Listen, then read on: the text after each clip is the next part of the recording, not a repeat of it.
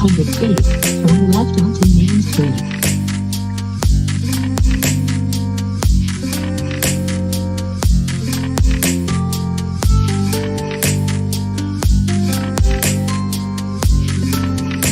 Now turn left onto Main Street.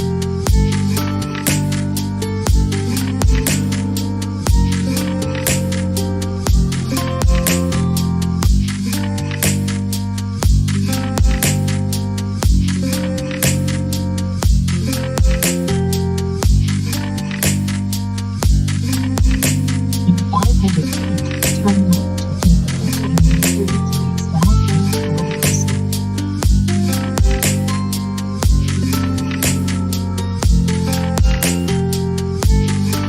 Now turn left to take the Pennsylvania 33 South ramp. All right.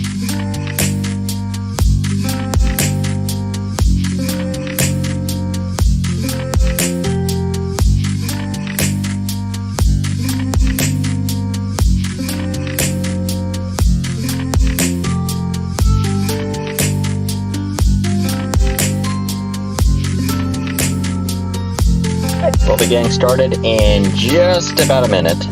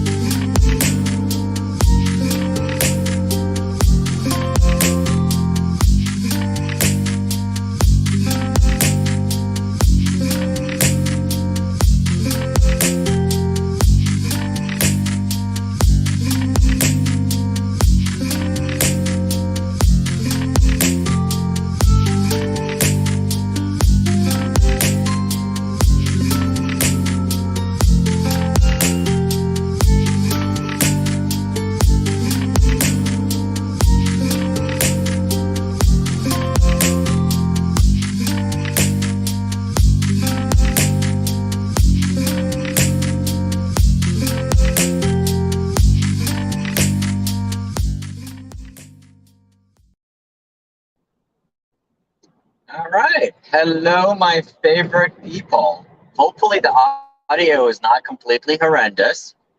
Thank you, everybody, for joining. And as you can see, I'm in the rental iPad, which is my term for Teslas. And I am actually heading down to, well, it's in the description, so you guys can read it. But we're headed down to Tennessee. So I've got a long drive ahead of me, but hopefully we're going to have some friends come on and we will be chatting, answering your questions. I know I scheduled this for about 10 o'clock. We started this early. If the audio is really bad, I will actually put on my headset. So do let me know on that if it's horrendous, and I will take a look at. We got the autopilot on. I see Flying Rich is in the house. Rich, how are you, my friend? How's Florida? I was actually planning on driving down to Florida.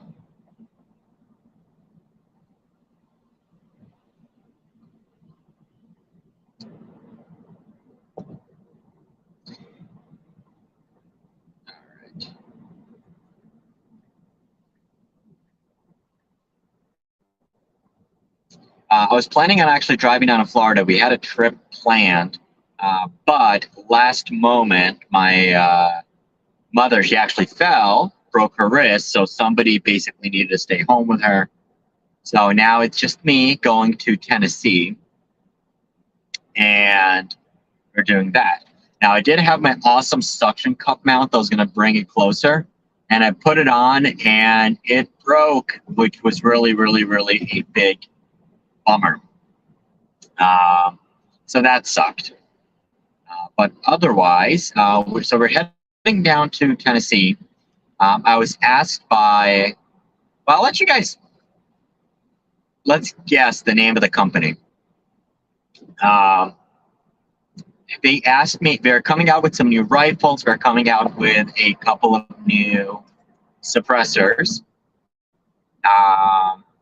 And I had a good relationship with them in the past, or at least one of the distributors.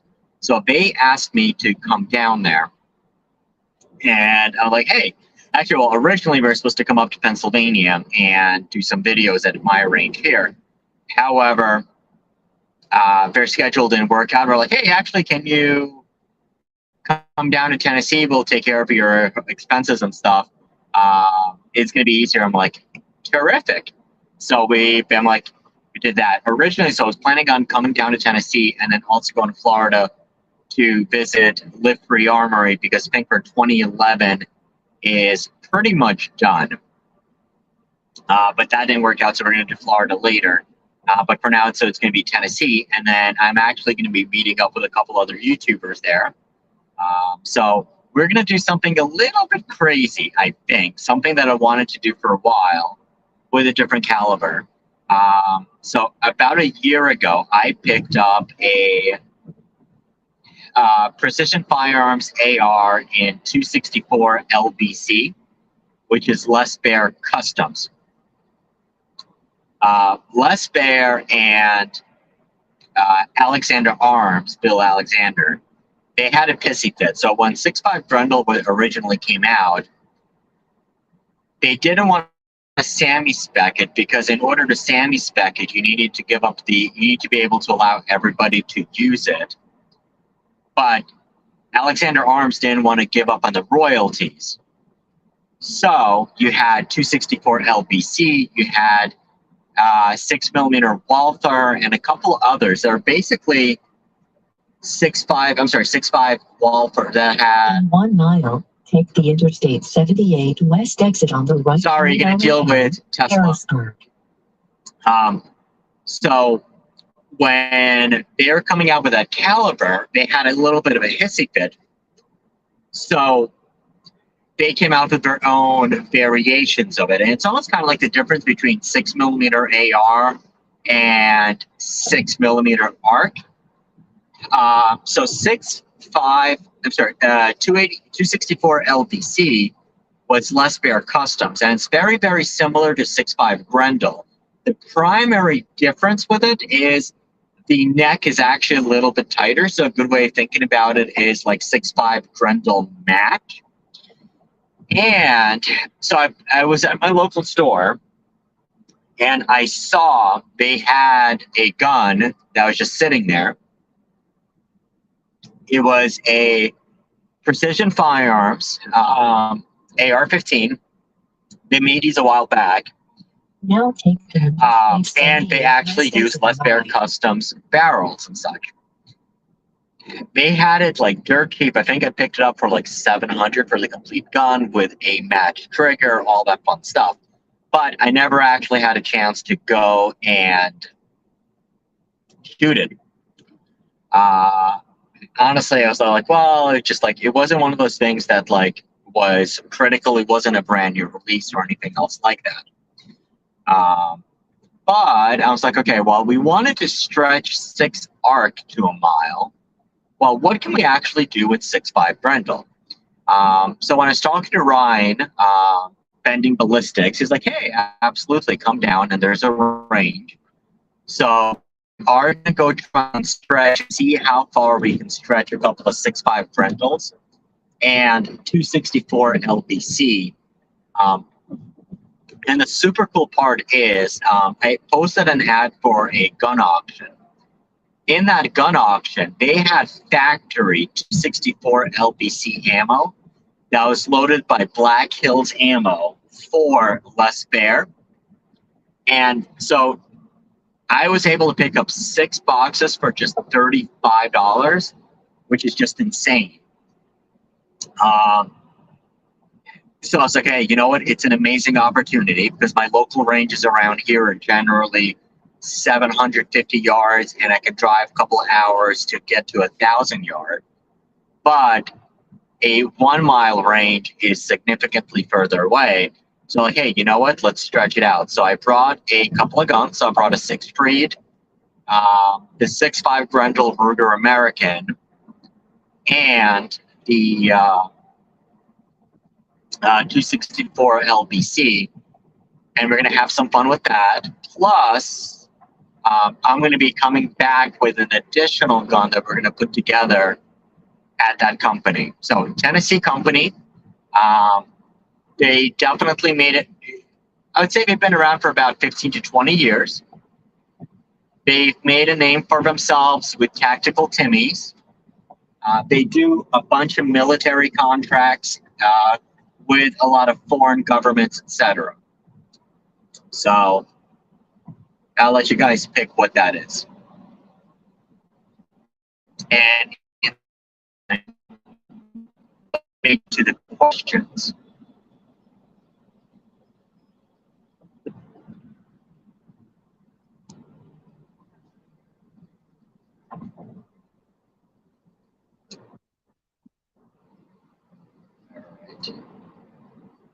Why can't I see the questions? Oh, there we go. All right, so Rich. I answered that question. Grover asks, "Is that a Tesla that I saw in your thumbnail, or am I wrong?" So yeah, so I rented a Tesla. So actually, it's kind of interesting. So the company, I'm in Pennsylvania, Eastern Pennsylvania. The company is in Tennessee on the border of Kentucky. And they're like, yeah, we'll take care of your expenses. And honestly, so the life of a gun tuber, so right now I have 3 bags that are just camera gear, plus my luggage. So basically, I just have like 1 carry-on bag, which is just like closed for a couple of days. And then, so that's basically 4 bags if I just wanted to get as little as possible. And it's like, so I hate flying with so much luggage. So I figured, hey, you know what? Let me actually just like, since I would need to get a rental car down in Tennessee anyway to go to and from the range and all that stuff. I was like, hey, you know what? Why don't you guys, like, I'm just going to drive. But my vehicles right now are gas guzzlers. So I have a Expedition and a Tahoe. So I figured, hey, you know what? Let me just go rent a car. It's going to be a lot cheaper. And, well, this thing has autopilot, and it's like, it's so much, like, it makes long trips so much easier because, I mean, basically the car drives itself. You're just monitoring just to make sure there's like nothing phantom going on. I was really, really close to buying a Tesla, but this is the 4th or 5th Tesla that I've rented for trips like this. The last time I had a Tesla was, well, actually, I rented a Tesla about a week and a half ago to see if I wanted to keep my Tesla water or not. But when we went down to Palmetto State Armory, the gathering event, that's when I had a Tesla. And that thing just made it so much easier. Okay, and why did this just shut off? That is so weird. So hopefully the stream didn't turn off. Yep. But yeah, so that's basically the Tesla. I will say, for as small as the car is inside, there is so much freaking storage space. So I got 3 long rifles, my bag of gun stuff, 4 tripods, 3 bags of camera gear, a drone, a slider, and there's still space, and I just have like a small bag inside the car with me.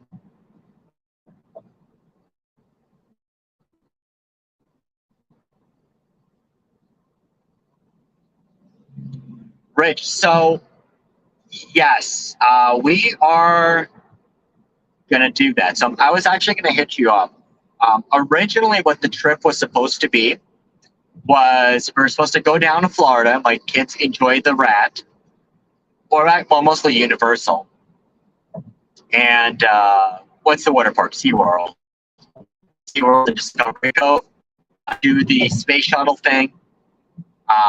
And then I was going to visit Live Free Armory for the launch of their 2011. And then on the way back, we're going to stop by Tennessee and do this thing. But once again, mom broke about a month ago. Mom fell, broke her wrist. So at home, we have a dog, chickens. So she can't put strain on it. So wifey and kids are at home. And I'm basically just sneaking away to Tennessee for 3 days. Not Ruger, because Ruger is not in Tennessee. North Carolina would be a good one, but I'd probably go visit Ruger in New Hampshire or Arizona. How many charging stops? So I didn't make the mistake of renting the standard range one. So I have the long range model. 350-mile range if you're charging it all the way. But let's say 10 to 90 gives you about 300-mile range. So basically stopping every 3.5, 4 hours just to charge, which is not bad. Yes. We will go when I go to Live Free Armory. Just let me know. We'll do that. But here's the cool part. So actually, well, Live Free Armory, and then we're also going to pop by Darkstorm Industries since we're down there. Well, Darkstorm, yeah, we're in Melbourne, I believe. We're like right there by you. So, I mean, for Florida, you guys are blessed with so many different gun companies and such. It's insane. Hello, Ryan. Sneaking in from work. Buzz, buzz, buzz, buzz, buzz, buzz.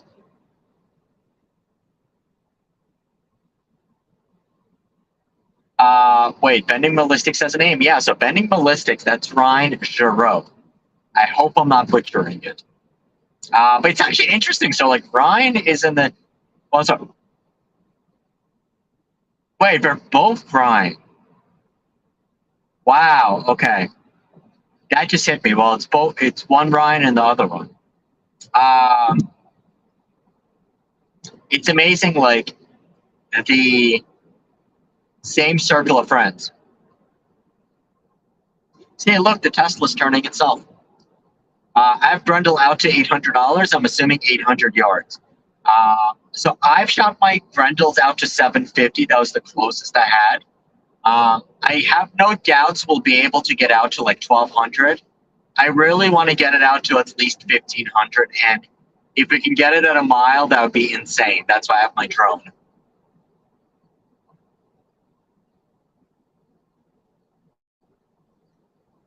I'm going to have whatever Slav has. See, you know, Rich, I figure, so considering you're like the techie person in the group, I really would think that you are the guy out of all of them. You'd be the first one with EVs. Now, I will say in full disclosure, I was really close and I was thinking about doing a car channel review focused on EVs and stuff, but and regular cars as well, from the perspective of a gun owner and how many guns you can fit into the car. So one of them that was like really wanted I really like the Hyundai Ioniq 6.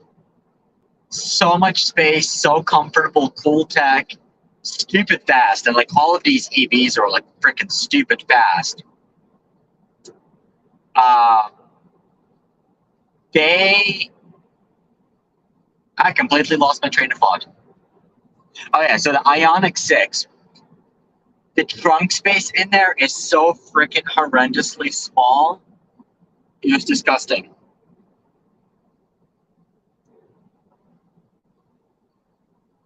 It was really bad.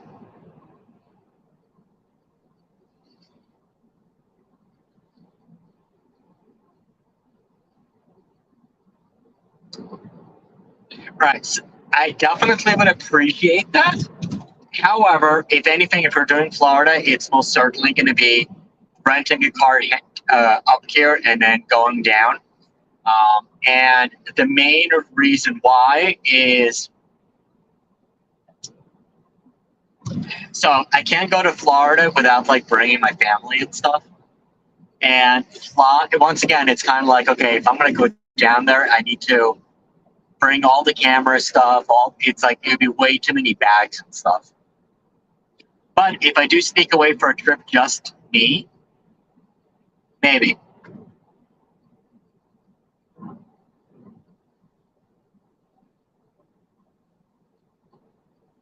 Okay, so where is this Carmine's?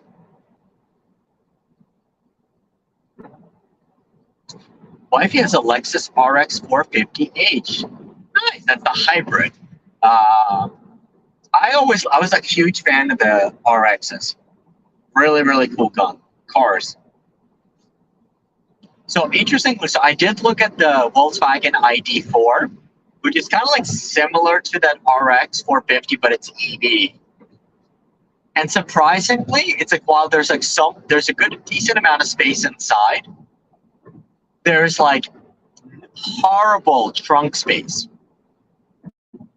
And I was really close to getting the ID4 because it was like so much cheaper than the Tesla. This was before the Tesla price drops. But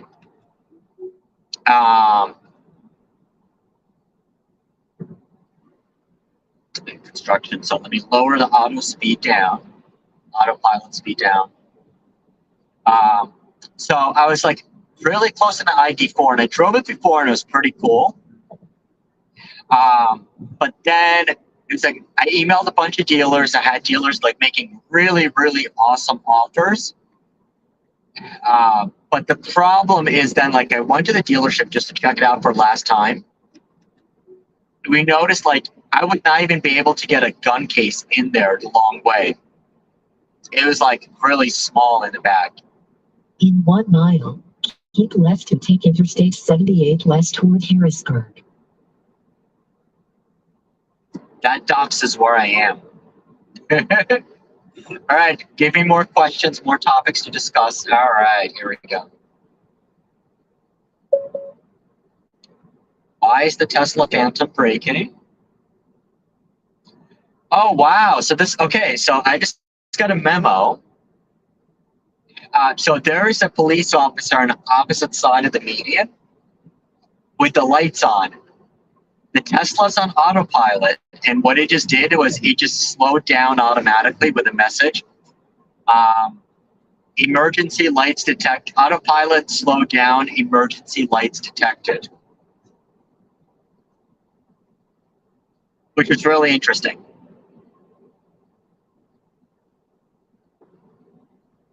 Now keep left to take Interstate 78 west.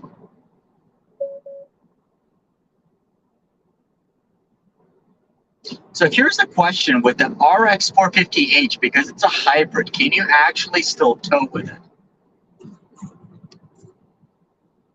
it? Sorry about that.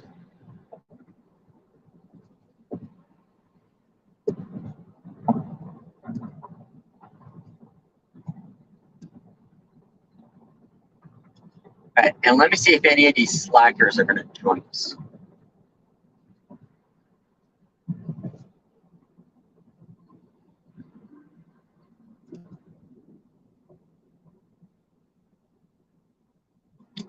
And I'm going to slow down because there's lots of construction here now.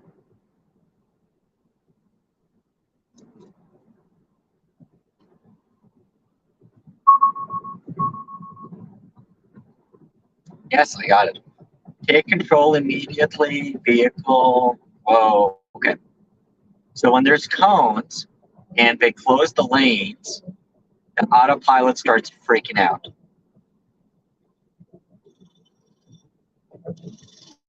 All right. So for you guys that road trips, I know we have a couple of people on here. So Corey's one of them for sure. He was a long haul driver. What is the preference, driving at night or driving during the day? So it seems like during the day, there's going to be lots more traffic and such. But at night, you, I guess, end up in more construction.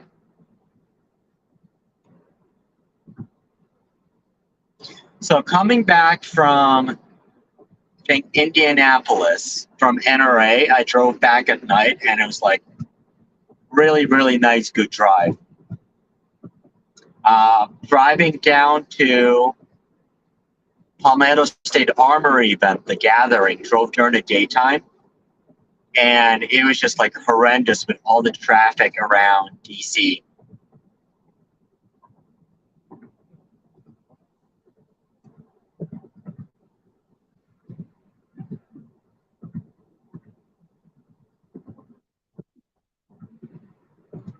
RX 460 front wheel drive combined. Yeah, but what's the tow rating? I mean, like, I thought you're not really, well, I guess, like, well, original ones are like, yeah, you don't want to tow with a hybrid. But then it's like now the new Toyota Tundras and stuff like that, they are hybrids to tow even more, or more power.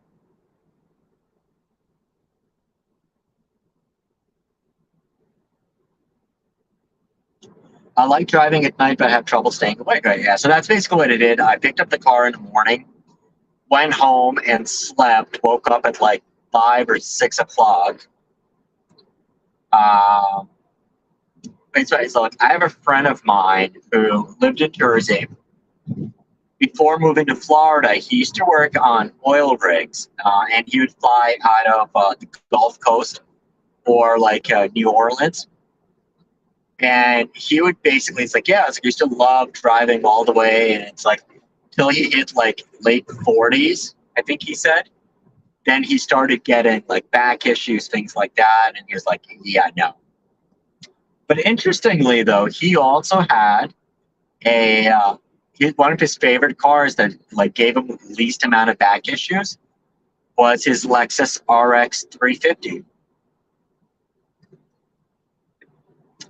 But I will say, so like I was actually like this with flying. So when I was still 100% in finance before the YouTube channel, I would fly at least once or twice a month to go to conferences and stuff. I would actually go out of my way to book flights that were, so I would go out of my way to book flights that have like extra stops. So like at least one stopover somewhere to get more segments and more miles. It was nuts. But then basically had the kids stop flying and all that stuff. And like now I'm like, so even like going to SHOT Show and stuff, instead of like trying to go for status with like Delta or any of those, because out of Philly, like they would only primarily, like the closest airports they would fly with a stopover. And I'm not flying American and I'm not flying United that have direct flights.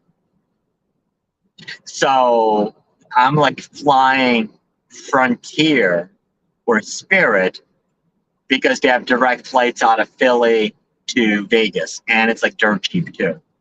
But like I'd rather be on a direct flight in less comfort for like 4 hours than, and kind of the same thing like for Tennessee. It's so like Vegas, Rich, I'm sure you're going to SHOT Show this time again, right? And by the way, if you want to hop on a live stream, let me know. I'll send you the link.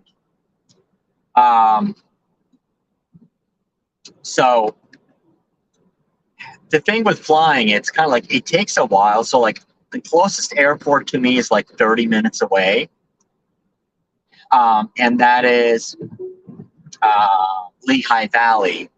But there's no direct flights anywhere really there. Definitely not to Vegas and all that stuff. So you'd have to fly with a stopover. So let's say, for example, you're going from here to Vegas. You'd fly for like Atlanta or Detroit or anywhere else like that. So it's half hour to the airport or an hour and a half to Philly. You want to get there like an hour and a half early, to check your bags and all that stuff. Then you have the flight, you have the stopover, then you have another flight, then you get to the airport, then you get your bags, going to the rental car. It's like, so it still takes up quite a long time. So even let's say, for example, this trip to Tennessee, if I was going to fly, unless it was like a direct flight, so basically I would have to go an hour and a half to Philadelphia. From Philly, it's a call it a 2 hour flight. So hour and a half to the airport, hour and a half before, so that's 3 hours. 2 hour flight, that's 5. Hour to get off the plane, get your bags, get the car, that's 6. And then basically an hour to get to your destination. So 7 hours of just basically a bunch of hurry up and wait. Versus, like, let's say just driving down there, it's like, okay, it's 12 hours. But you have your car, you can pack up all of your crap, and really you can take your time. If you want to use the proper bathroom, you can stop at a rest area or Walmart, get food, all that stuff. So it's like, it just makes a lot more sense. But honestly, the biggest reason is the fact that like I'm traveling now. Like if you're traveling for business or something, it's like, okay, it's easy because you're gonna go. You'll have one carry-on, and then you'll try to fit like some of your camera gear or whatever into a second bag, and that's basically it. But it's like, well, you're leaving a bunch of stuff. So it's like every year for SHOT Show, and especially like the last 2 years, because I'm not going to drive out to Vegas unless you make a couple of trips and like visit other companies on the way, but I digress. So like the biggest thing with going to SHOT Show is like, okay, so like, well, what equipment or what stuff am I not bringing with me? And let's say, for example, if you want to carry a gun with you, then it's like, okay, well, now you need an extra bag. So it's like, it's just, you're paying a crap ton of money for it. It's just like, it just doesn't make sense. It's like, it's tough. So I kind of like made it for myself. So like anywhere from like within 12 hours driving distance, or even let's say Florida, I would rent and drive rather than fly. So that's me. That's my take on it. All right, so any more guesses on the name of this company?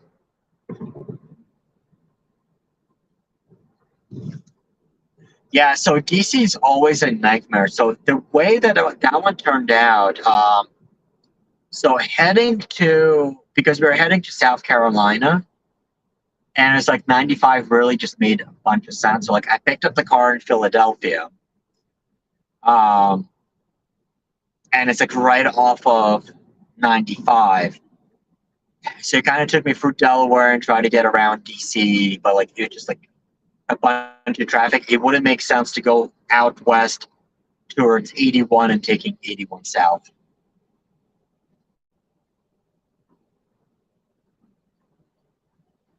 Yeah, so yeah, this was before the 450H.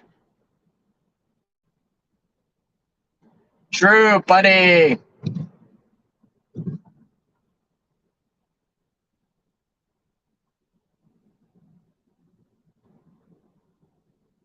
Right, let me see this one. Glad to see you, sir. Drew, did you get your tripod? Just want to make sure. And look, it's like I actually feel pretty good about this. Like the car's driving itself. And I will say, so like the first time I rented a Tesla and I was doing like the autopilot thing, it like really freaked me out. But I'm telling you guys, it's like for a long road trip, this is like so fantastic. It's just like it's so much less stressful driving.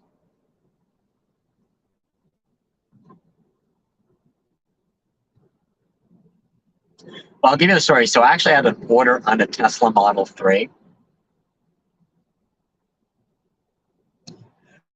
All right, so Buzz, the hints are it is a company about 20 years old. They were really, really popular in the civilian market for their law enforcement background. In 1 mile, take exit 40 on the right toward Crumsville. I guess I will say they recently moved to Tennessee. They weren't founded in Tennessee. Oops, sorry guys. The phone keeps sorry guys, the phone just shut off. All right, so the hints are it's a company, they make a lot of tactical Timmy stuff. They're very popular with civilians, but they mostly did a bunch of law enforcement and military contracts for overseas. In recent years, they've started doing more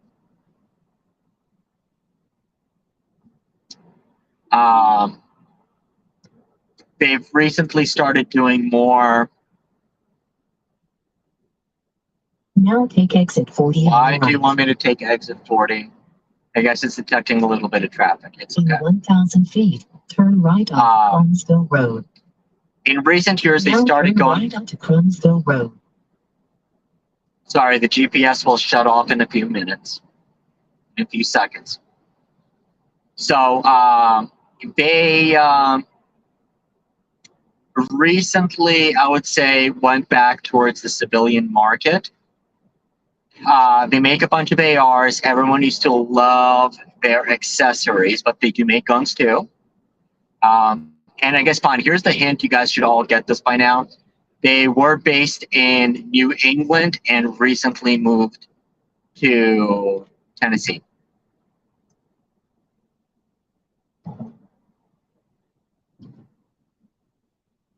Okay.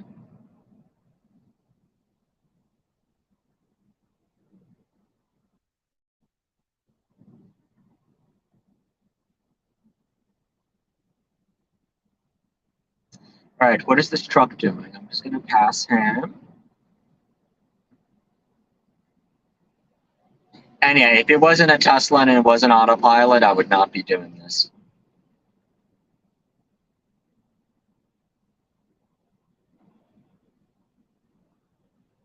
Okay, awesome, Drew. What do you think about it?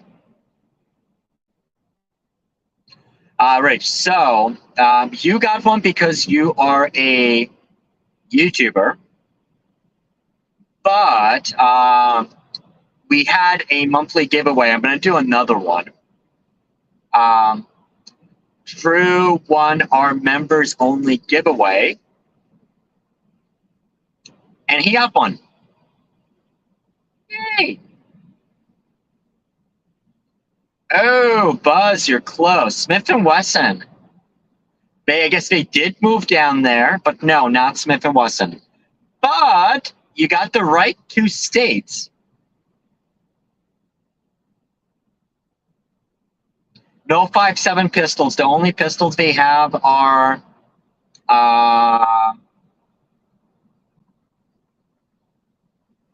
pistols. Well, I guess now we're SBRs. James, how are you, my friend? It's been a while.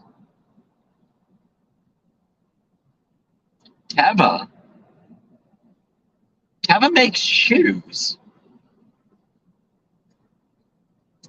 Okay, I will say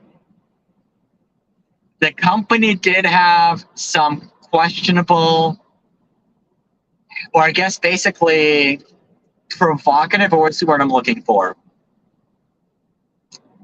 They made a hiring decision, which was like, what the fuck were they thinking? And put some panties in a bunch within the gun community.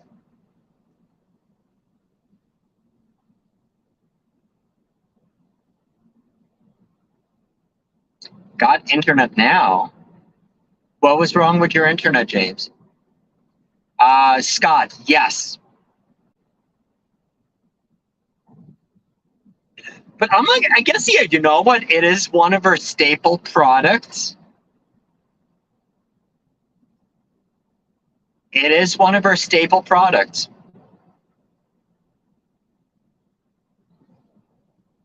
All right, y'all should know this by now. Although, you know what though, because it hasn't like really come up. You know what? If this was like 2008 or 2009, y'all would have gotten this by now. Oh my God, I'm already getting my Southern y'all. And I didn't even cross the Mason-Dixon line yet.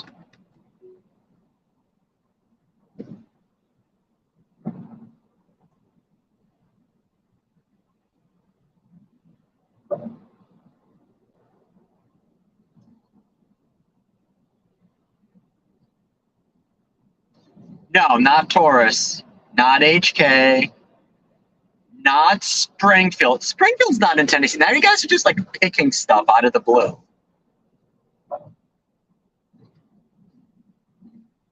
Right. Scott was like the one who's like so close.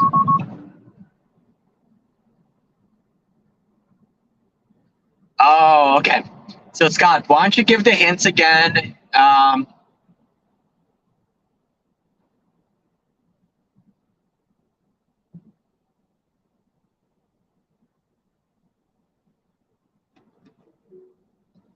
It's on a tip of his company. I would say there's also a really good movie by the same name. And it wasn't Sparta.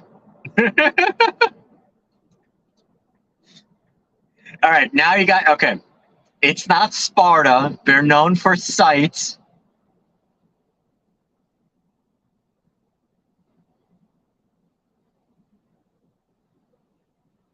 All right. The hints you guys missed, they were in New England and moved down to Tennessee.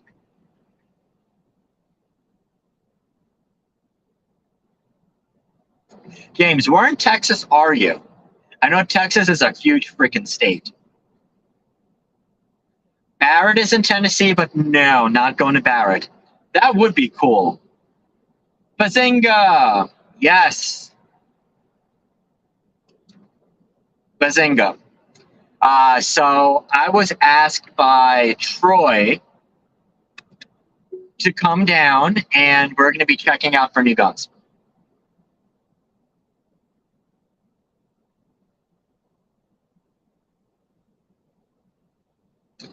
Rich, if you want to pop on, okay, where's Kemp, Texas?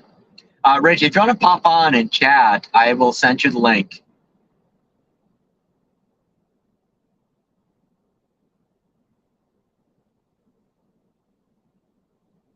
Near Dallas, okay.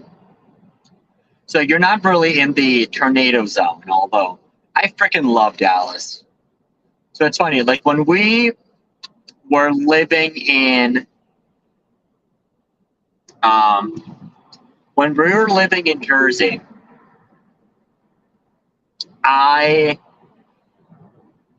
we wanted to get away from Jersey, and we're looking at places. I went for a bunch of conferences in Dallas, and oh my God, I love the city. It's just amazing. Like, it's not hot and humid and muggy like Houston. It's not as dirty as Houston. I love Dallas.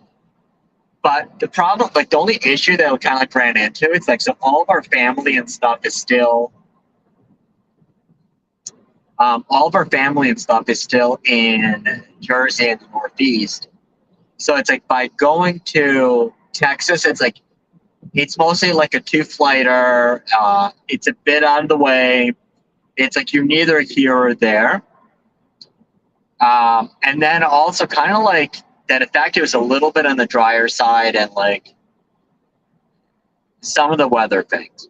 So then we're like, okay, well, we're going to go to Florida. We actually had an offer on a house in Florida, but then we were pregnant. And then honestly, so like the whole idea of sinkholes scared the bejesus out of me. And this is right around that same time that like in Tampa, the house collapsed into a sinkhole while the guy was sleeping, and then half of a hotel collapsed into a sinkhole. And it's like, oh hell no! And like a friend of ours, he's a architect, and he moved down to Tampa. And I'm like, hey bud, like, is this an issue? And he's like, yeah. Don't go on a USGS website and look at the sinkhole maps because. So we were looking like in the Ponte Vedra, Palm Coast, St. Augustine areas. And it's like, it's beautiful. It's like, it was cheap enough. Property taxes were low. They don't get hit with hurricanes as often. Property taxes were lower. Homeowners insurance was lower. But like, so in Florida, when you're buying a house, the seller's disclosure is required. And like we're looking at it and I'm reading the seller's disclosure. It's like anything else, like for the property, there's a ground deformation behind the pool. Ask the realtor, what the heck is a ground deformation? And she's like, oh, it's probably a sinkhole. And I'm like, excuse me? So like it just was whacked. I'm like, yeah, no. Then all the other stuff. So then basically we discovered Pennsylvania and it was good. But honestly, so I mean, like, everybody thought like that Florida would go liberal before Pennsylvania, and it's almost like the other way around. Although what's interesting though is like, so while most of Florida is actually fairly conservative, in Pennsylvania, it's either urban or redneck. So I mean, the joke of it is, it's like, why is Pennsylvania called Pennsyltucky? And yeah, I'm passing our local Cabela's.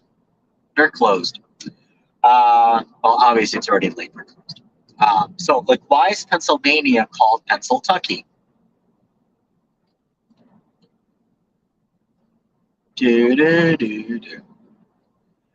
I still want. I've been trying to get in touch with Springfield to get a 2020. 7 PRC is interesting, and we'll actually have the discussion on 7 PRC. It's like I really want to love the caliber, but the fact that it's like it's neither here or there, it's like it's wacky.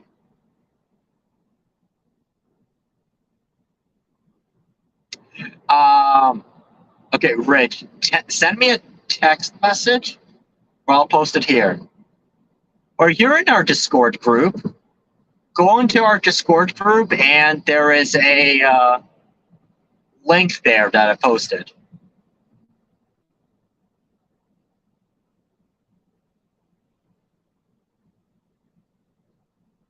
Scott, you're in Tennessee. You're in Clarksville, Tennessee.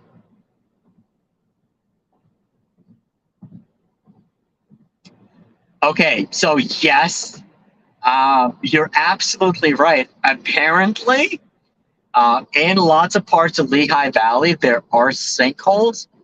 We're north of Lehigh Valley, like in the slate belt, so like we just have a bunch of rock, no limestone and stuff.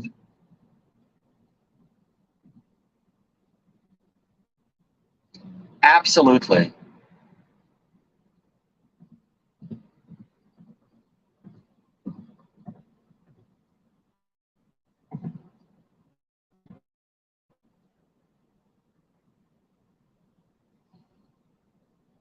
Hmm.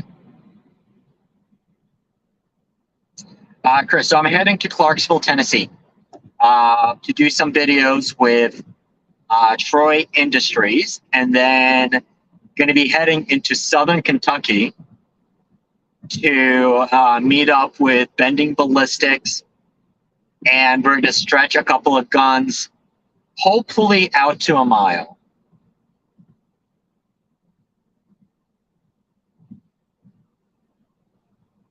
Florida's going to turn into a sinkhole because of the rock. Yeah, so, and I guess Rich can actually chime into this. So let me actually send Rich an invite into this.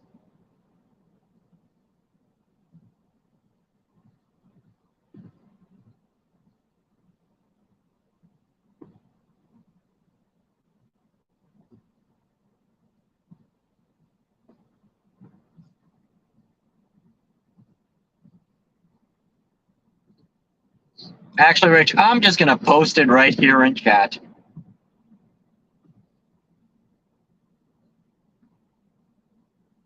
If I can.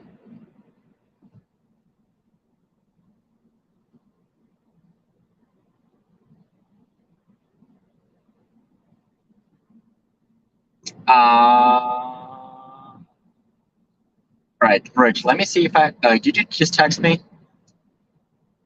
Rich, you have my 484 number, right? Text me on there, and I will send you that message.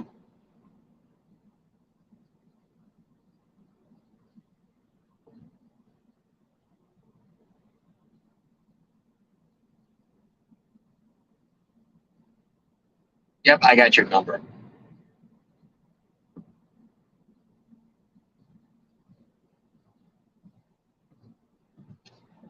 So I guess Rich can discuss it a little bit more in detail. But so like Florida is one giant big ass sinkhole, except northeast Florida, like the Jacksonville area, things like that. That is my understanding. And apparently that is also the only place where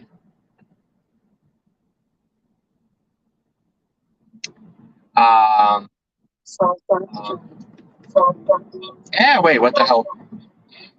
Sorry guys, I hit the wrong button. I'm on here twice.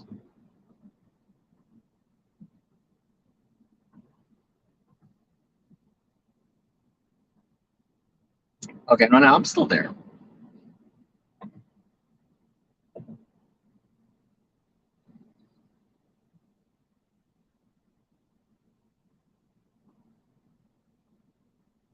Nope, Rich did not join yet.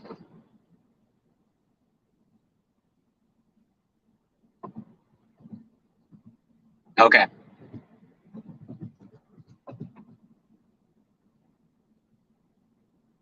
No.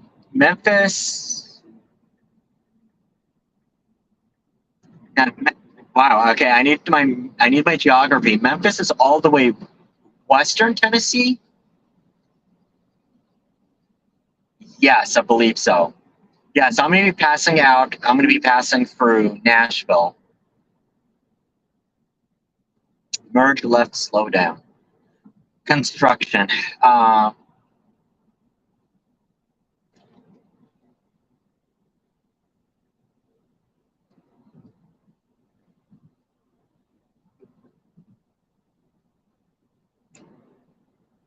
James, my 6.5 PRCs? Yes, I got plenty of 6.5 PRCs.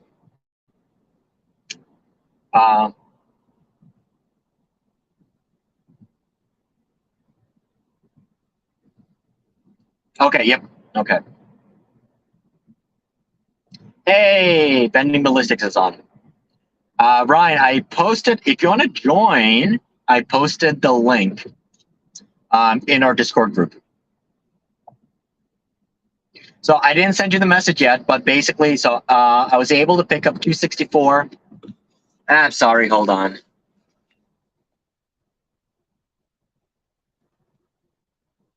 Sorry about that. Basically what happens is like, so I'm going for my web browser. So the phone does just goes into sleep mode, I guess. So yeah, we got 264 at 6.5 Brendel at 264 LBC, found 264 LBC ammo.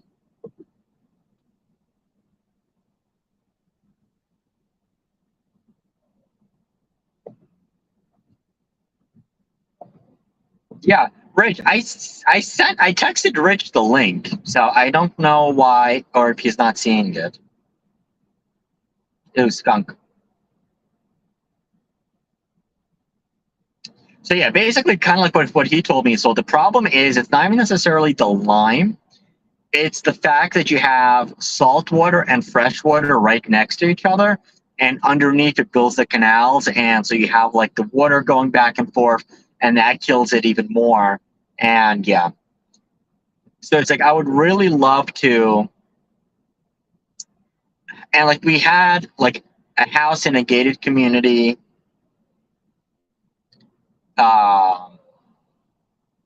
We had a house in a gated community in Florida under contract. It was like right on the ditch, which is the intracoastal. But like long term, it is scary. And apparently now with construction and autopilot, sometimes freaks out a little bit.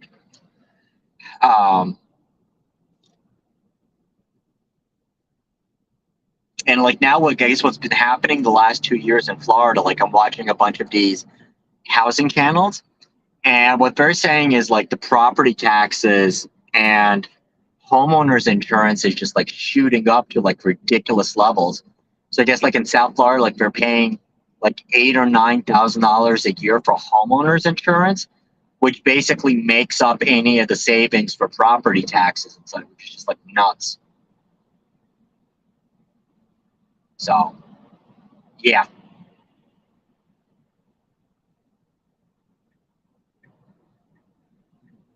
All right, fast construction, back on autopilot. All right, I see people joining.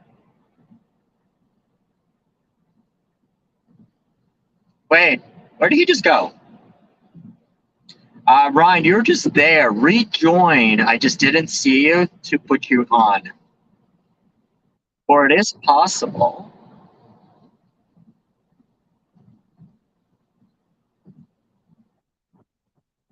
Oh, there we go. And there's Ryan, so you can turn your camera on whenever you're available. So I'm outside. It's pitch black. I'm outside vaping. All righty. So, how far are you down so far? Rich, refresh it on there. I mean, the link should work. Or use a different thing. How far south have you made it so far, Matt?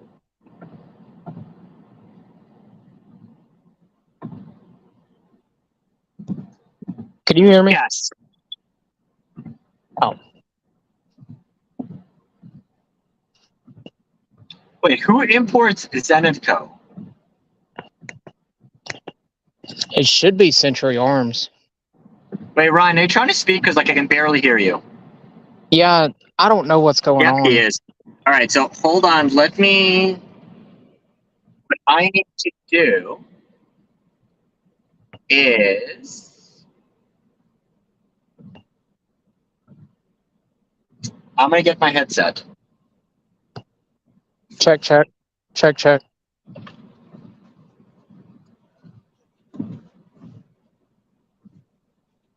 I totally did not think about this one.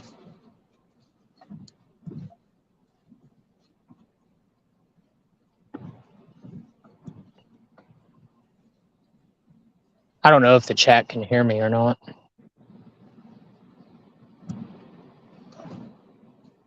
Where do I put it? Unless I put it. All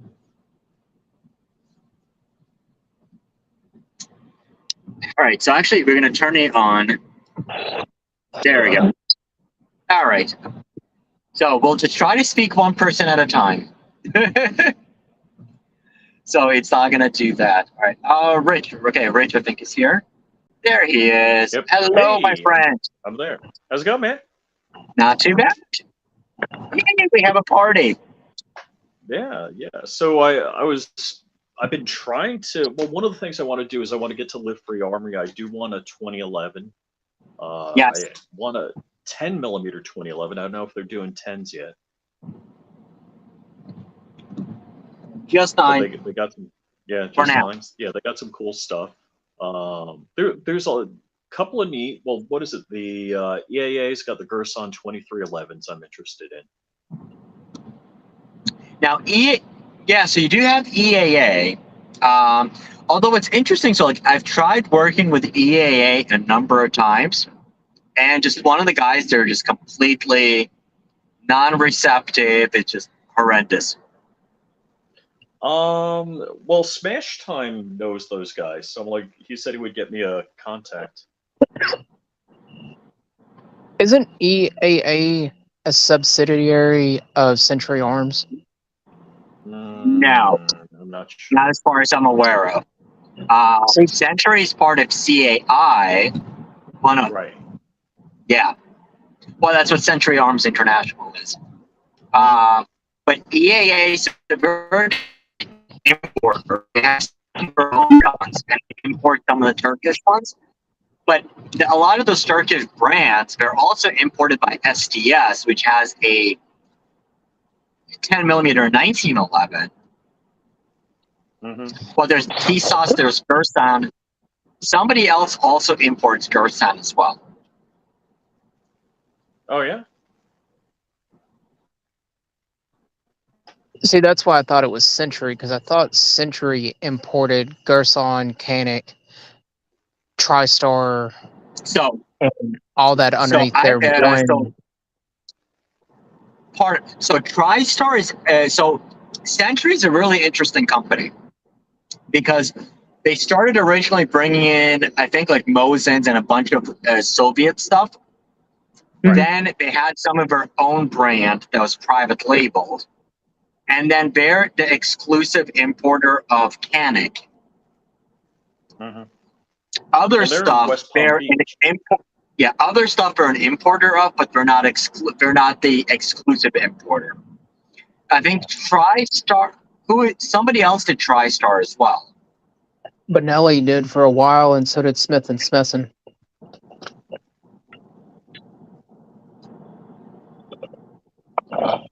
I'm thinking Pointer. So Legacy Sports, which is the importer of Howa, they also did a bunch of them.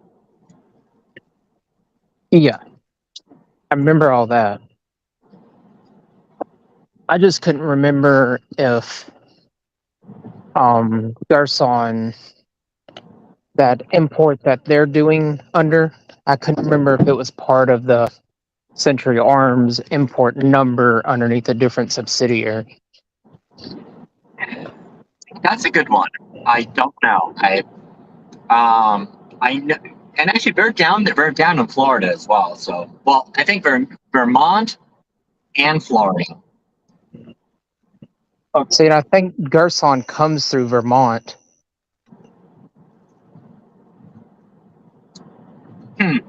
So, but personally, just like, I mean, I honestly haven't spent a lot of time with the Turkish handguns, and the reason why is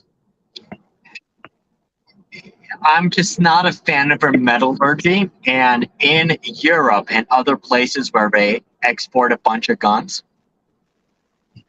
they have a tendency of blowing up.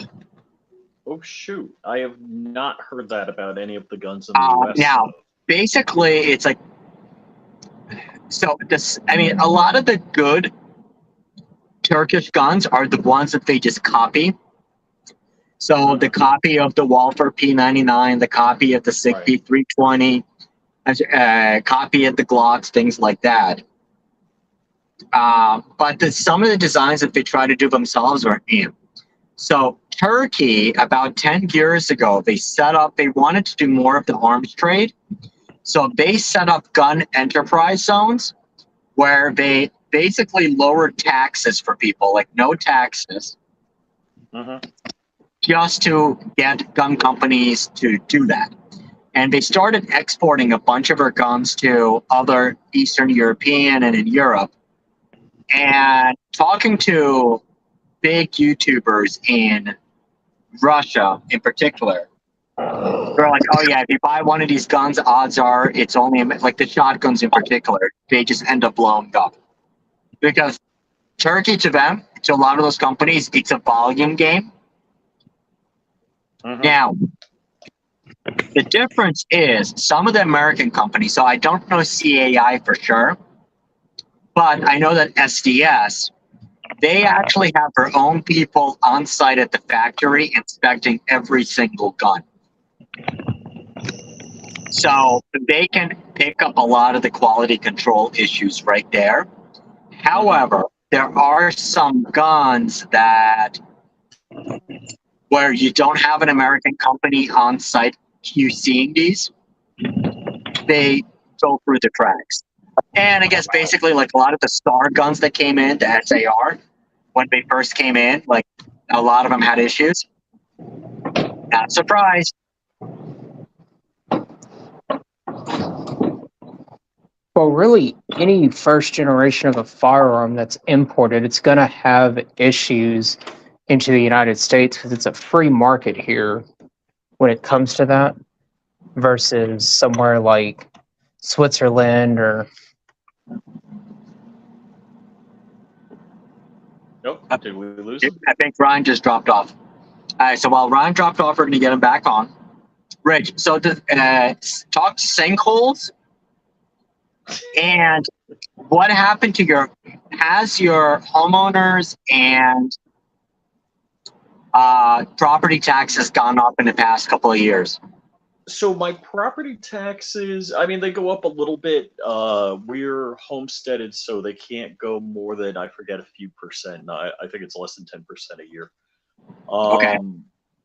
The insurance company I had went bankrupt, and that's for other reasons. Because the laws down here, basically what would happen is there are predatory roofing companies and lawyers that work together to get money from insurance companies. So they would see that there was the possibility of hail in the neighborhood, and they'd like, I think I'll get your free roof, just say you had hail damage. Okay, I'll have a free roof, please. And these companies would be, suing the insurance companies and getting free roofs for you. So because of that, a lot of the insurance companies went out of business. So I actually now am I have a house that was built in 2000. My house is 23 years old. I have a 40-year-old roof on my house, meaning a house that's good for 40 years, a roof that's good for 40 years. And nobody wants to insure me.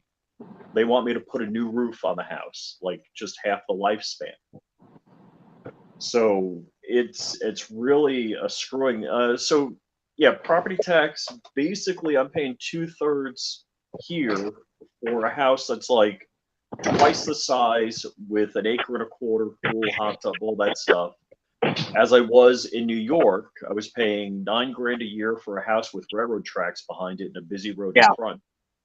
So big difference. And, I am on a dirt road, which I kind of hate, but, I'm in the middle of nowhere in Palm Beach County, like north edge of Palm Beach County. There's no lights. I can see the frickin' Milky Way. Like in New York, you'd have to be 30 miles offshore to see this many stars. So it's pretty nice. I'm like straight line 10 miles from the ocean. So it's just a 20-minute ride, and I'm maybe 10 minutes from the Turnpike or 95. And about 20 minutes from Mar-a-Lago. So when Trump invites me over, I can be there in no time.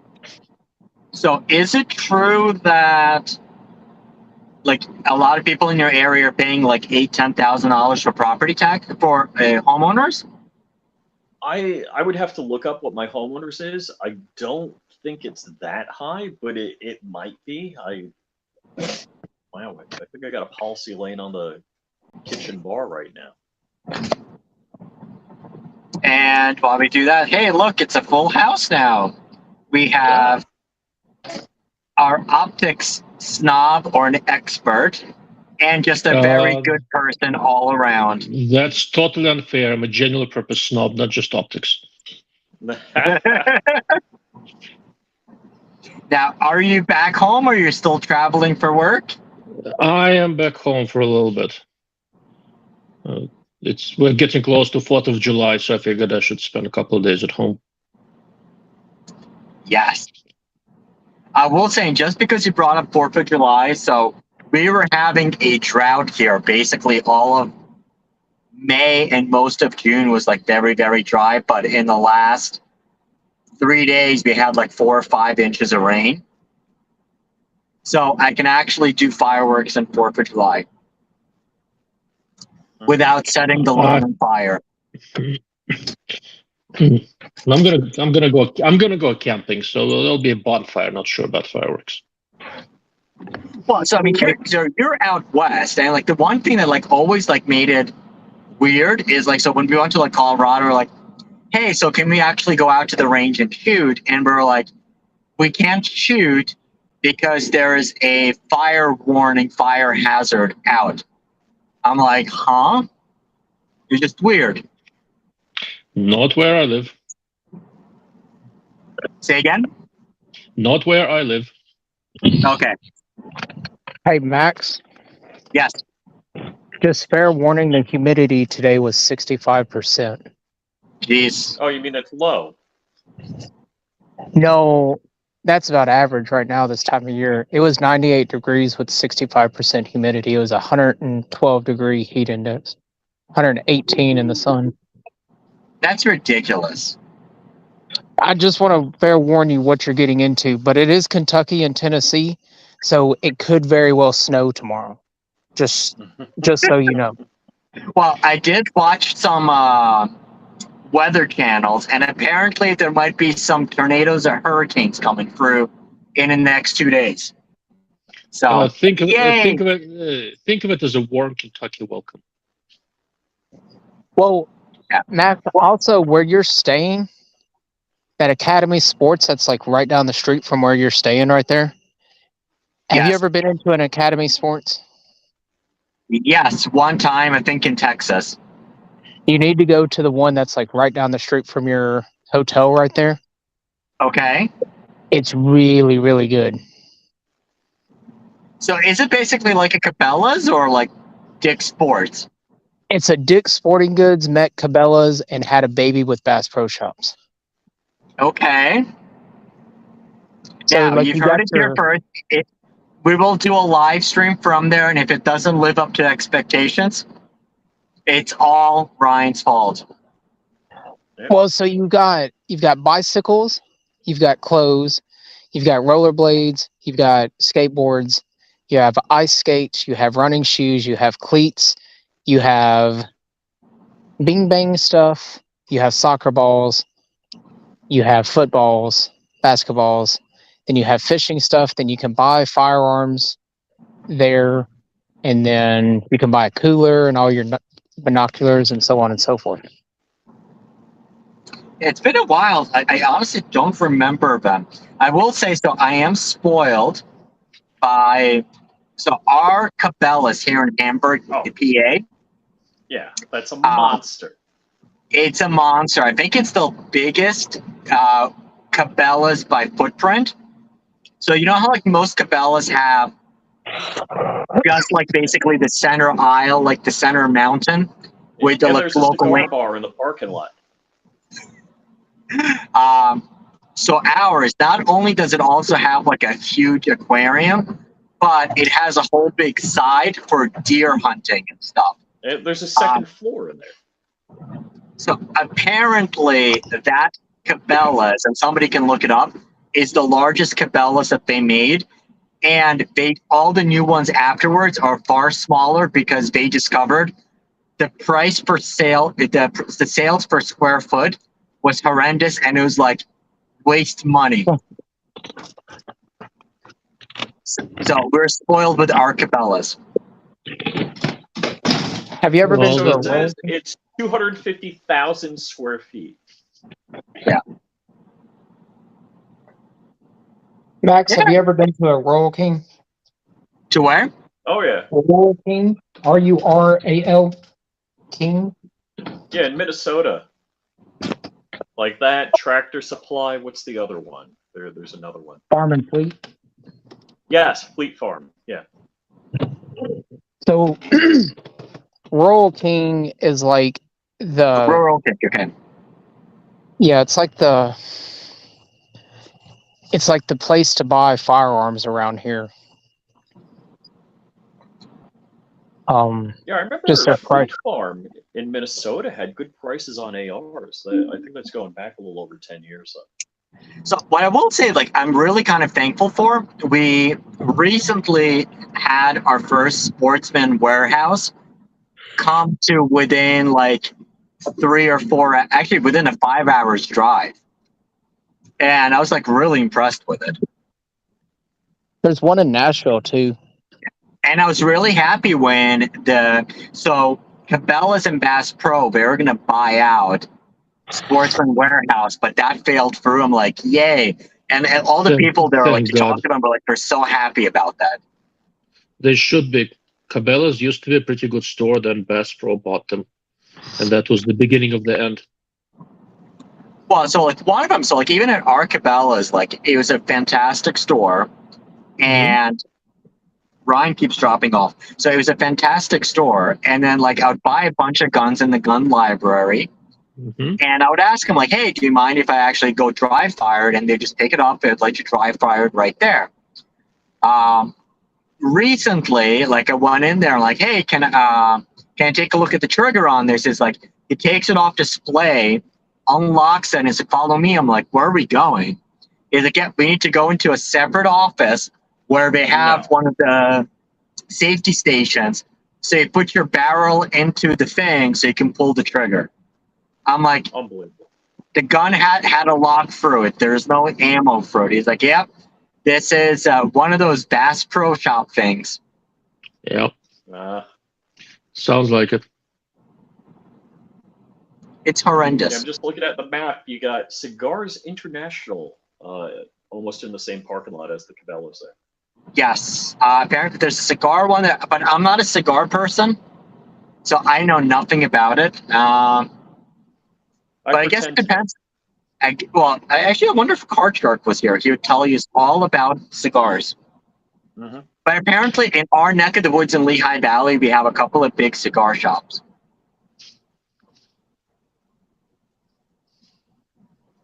So, Rich, did you get rid of all your unpleasant guests from SHOT Show? Oh, Jesus. Oh my God. Yes. Ilya, yes. Ilya, you know what we're talking about, right? Not a clue. Go ahead. Go ahead, Rich. So, staying at the Mardi Gras, which I thought was a bargain hotel. Let's see. Smash Time told me he stayed there a couple of times, and the Firearms guy stayed there. And actually, what was the guy's name from your crew? The steam engine guy. What's his name? Who? Who's the guy from your crew that's into steam engines? Oh, Glenn. Glenn. Yeah. So Glenn was there. So we'd walk to the show every day. Well, apparently I came home with some unexpected guests, and I thought I had ticks, but I had bed bugs. So that cost me an extra $1,000.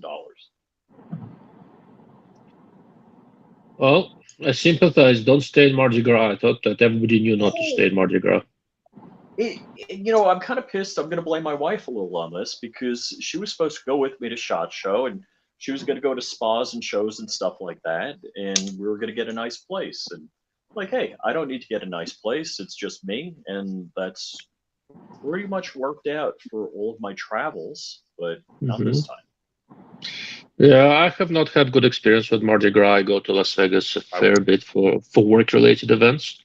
I basically ended up, I usually stay as somewhere on the strip, reasonably close to where I need to be. Last year I was in Link.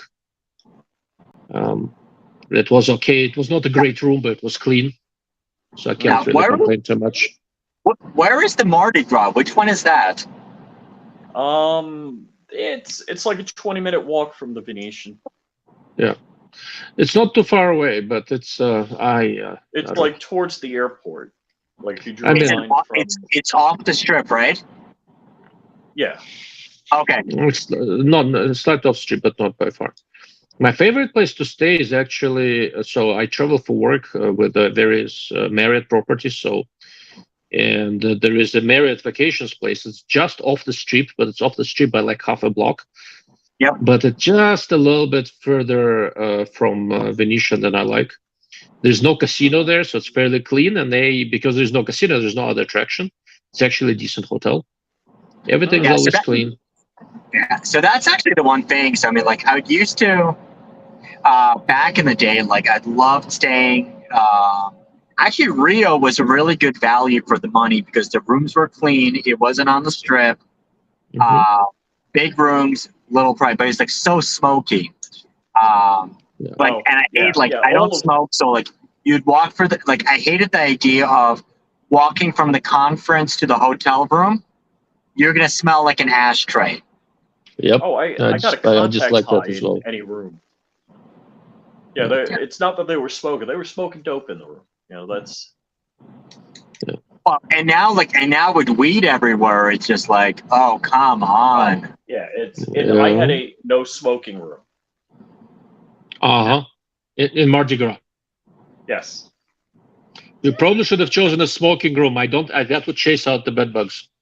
Oh, man. I'm like, I get the chills thinking about that.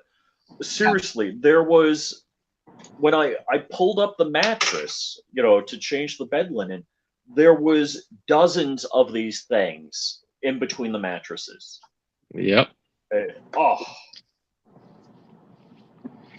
I had no idea. They look like ticks. I thought I was bringing ticks in the house for my dog. Do you even have ticks in Vegas or no? There are ticks in Nevada. I don't know if you have ticks in Vegas. To have ticks, you need to have vegetation generally. I'm sure we have crabs in Vegas, but not. I wasn't sure about ticks. So yeah, everything is bigger out west. The ticks may be the size of crabs. Now, Rich, having gone for that entire experience, are you going to return to SHOT Show? Oh, I'm going to go back to SHOT Show. I'm just not going to stay at a cheap hotel. It's not worth it. And that is why we sometimes get an Airbnb. Although I've been snobby, so the last 2 years I've stayed at Resorts World, and it's like, oh my, it is so nice. Rooms are small. Yeah, I don't like any of you well enough to stay in the same house, so I just stay in a hotel. Well, I think for the price, so because they had a whole bunch of rooms, like they're still giving me free comped rooms at Resorts World. I'm like, oh yeah, I'm definitely going to take that. Yeah, for me it's a little bit different. I have work-related, my day job-related reasons to be at SHOT Show, so my work covers it. Now, I will say so, like one day we stayed at the Cosmo. I had, once again, Cosmo, when we were owned by Deutsche Bank at that point. They gave me a couple of comp night rooms during the middle of SHOT Show. I'm like, hell yeah. Loved the room, the view of the fountains, all that was amazing. I did go to gamble a little bit, and I could come back, and Nick, who I split the room with, he was like, oh yeah, I was like, I thought you were that hooker again. So in the room next to us, there was like a bunch of like Eastern European guys. And when we were coming up, like we were partying with this chick. And in the middle of the night, I guess they kicked her out. And she was trying to get back in. But she was so plastered out of her mind, she didn't know which room. So she was banging on all the doors. So they had to call security to try to drag her away. Oh my gosh. I'll tell you, the Mardi Gras, I regretted not bringing a gun with me. Dark is telling you, oh, make sure you bring a gun. I'm like, I'm not going to bring a gun. I'm going to be surrounded at SHOT Show with everybody having a gun. Yeah. Stay I mean, at the Mardi that's Gras, bring a gun. But the interesting part about whole Vegas is, I mean, so my concealed carry permits aren't valid in Vegas anyway, in Nevada. Is the Florida one? Oh, Florida has like the best reciprocity anywhere. Let me check. Does Florida have reciprocity with Nevada? I'm sure Arizona is, but I wasn't sure about Florida. You're in Yeah, what, I'm Connecticut? I have reciprocity with Nevada, but I was flying this time around, so I didn't bring anything. Yeah. And that is so actually was it James Reed from TFB-TV? He was basically kicked out or locked out for concealed carrying. Kicked out of SHOT Show? Because he was staying at the Venetian. Oh. And most of the hotels there know? are I don't remember, he had a video on it, or like either he was printing or he asked or something like that. And like, oh no, you know what it was? When he came in, he had a bell check, take the bags, and they do scan or look in the bags. They saw a gun case. Oh, shoot. Okay. Yeah. Interesting. And that was actually a popular thing in a lot of those hotels. And now, like, there's signs. I mean, and that's kind of like the crazy part is, so you have the hotel that's hosting the world's largest gun show is completely against guns. Yep, all the people I know who had suites up in Venetian or Palazzo, if they wanted to do demos, it was a shit show. The guys from FX Airguns, yeah, they usually have a suite, so I always spend some time there. Not last year, I think a couple of years ago. Venetian called police on them. There's also on air guns. Yep. Wow. Well, to be fair, they didn't know there were air guns, but even then, there was a whole hoopla. I mean, they figured it out, but it was a bunch of bullshit. Right. And it's like it's been more and more. Go ahead.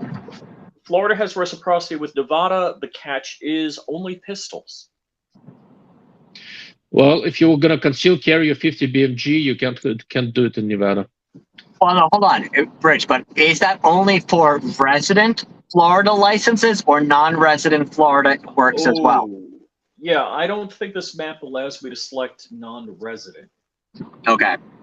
No, because I think when I looked before, it was like Nevada's like, yep, a lot of the states that have Florida reciprocity, but it's only for Florida resident licenses, not Florida non-resident.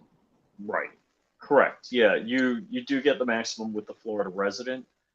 Pretty much, Florida, it's like, Puerto Rico, Hawaii, Illinois, Minnesota, New York, let's see, Pennsylvania, Connecticut, Rhode Island, New Jersey, is that DC, Maryland, Oregon, Washington, California is where you can't carry.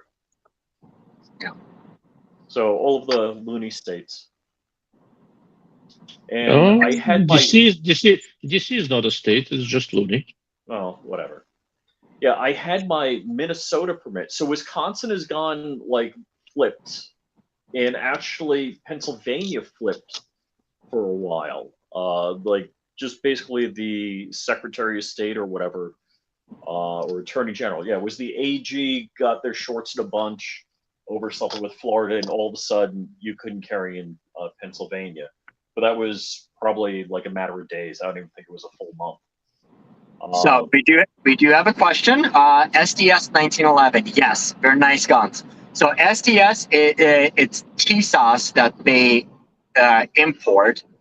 So SDS, I'm not sure right now, but as of SHOT Show, they did have a person on site in Turkey inspecting everything, and my local gun stores sell a bunch of SDS 1911s. They're very nice guns. I was supposed to get a couple of them for review, but our friend that was setting all of that up the marketing company, they parted ways with SDS. But when I did shoot them at SHOT Show, I think they're really good value for the money. I think they're not bad at all. Definitely a fan. And I shot the 45 and the 10 millimeters. Now, Ilya, I'm going to go through the questions. Considering that you have the magic ball to see into the future, what are you expecting the big trend, or what are we expecting to see at SHOT Show in 6 months? Probably the same thing as always. Nothing particularly interesting. Okay.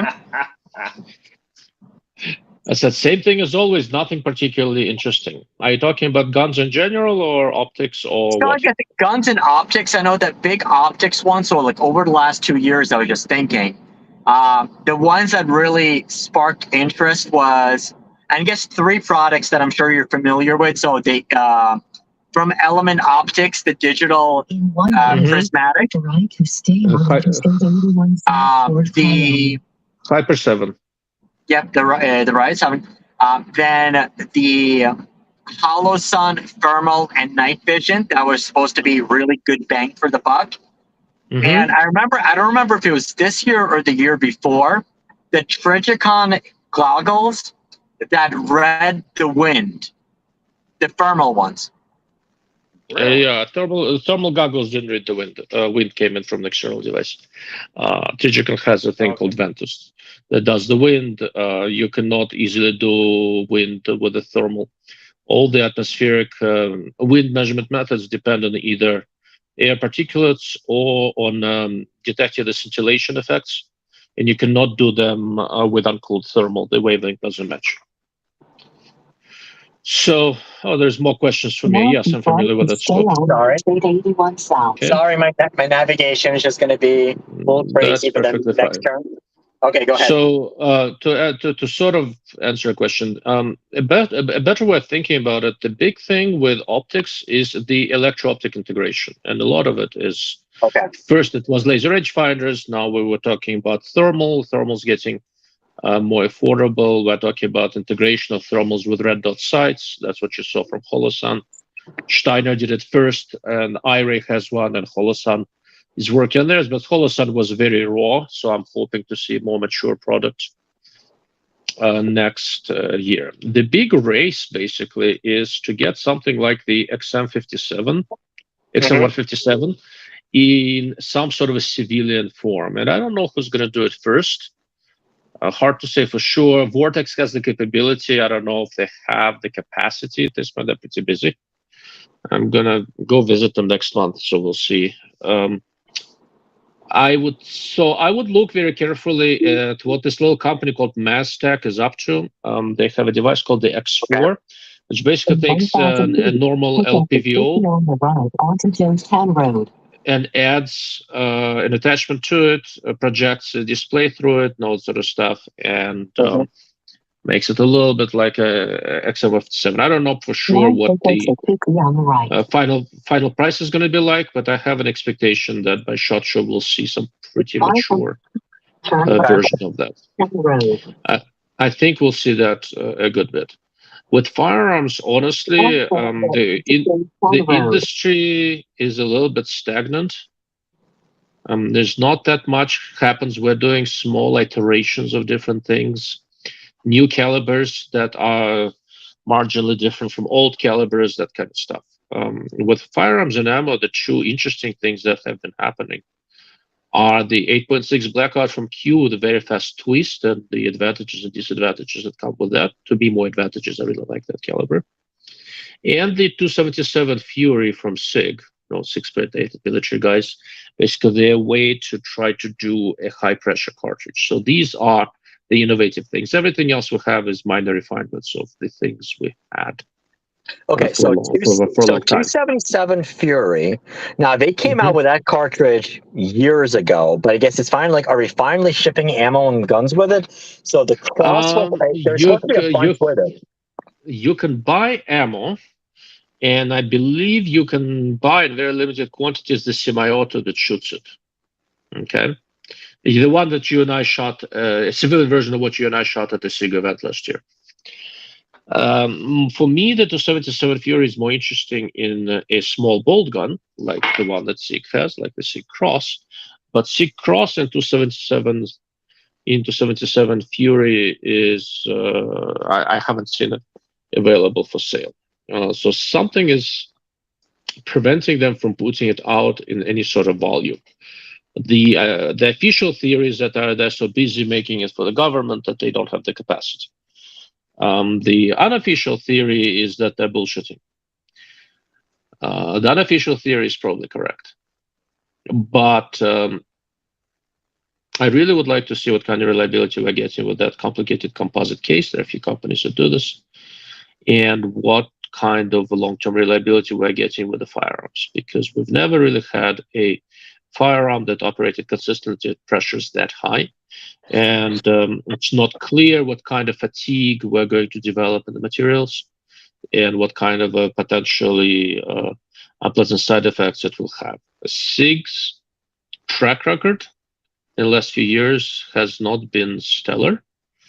They seem to be using the customers as beta testers most of the time. So I like the guys at SIG. I'm reasonably friendly with them, but I'm not touching a SIG product until it's Gen 5.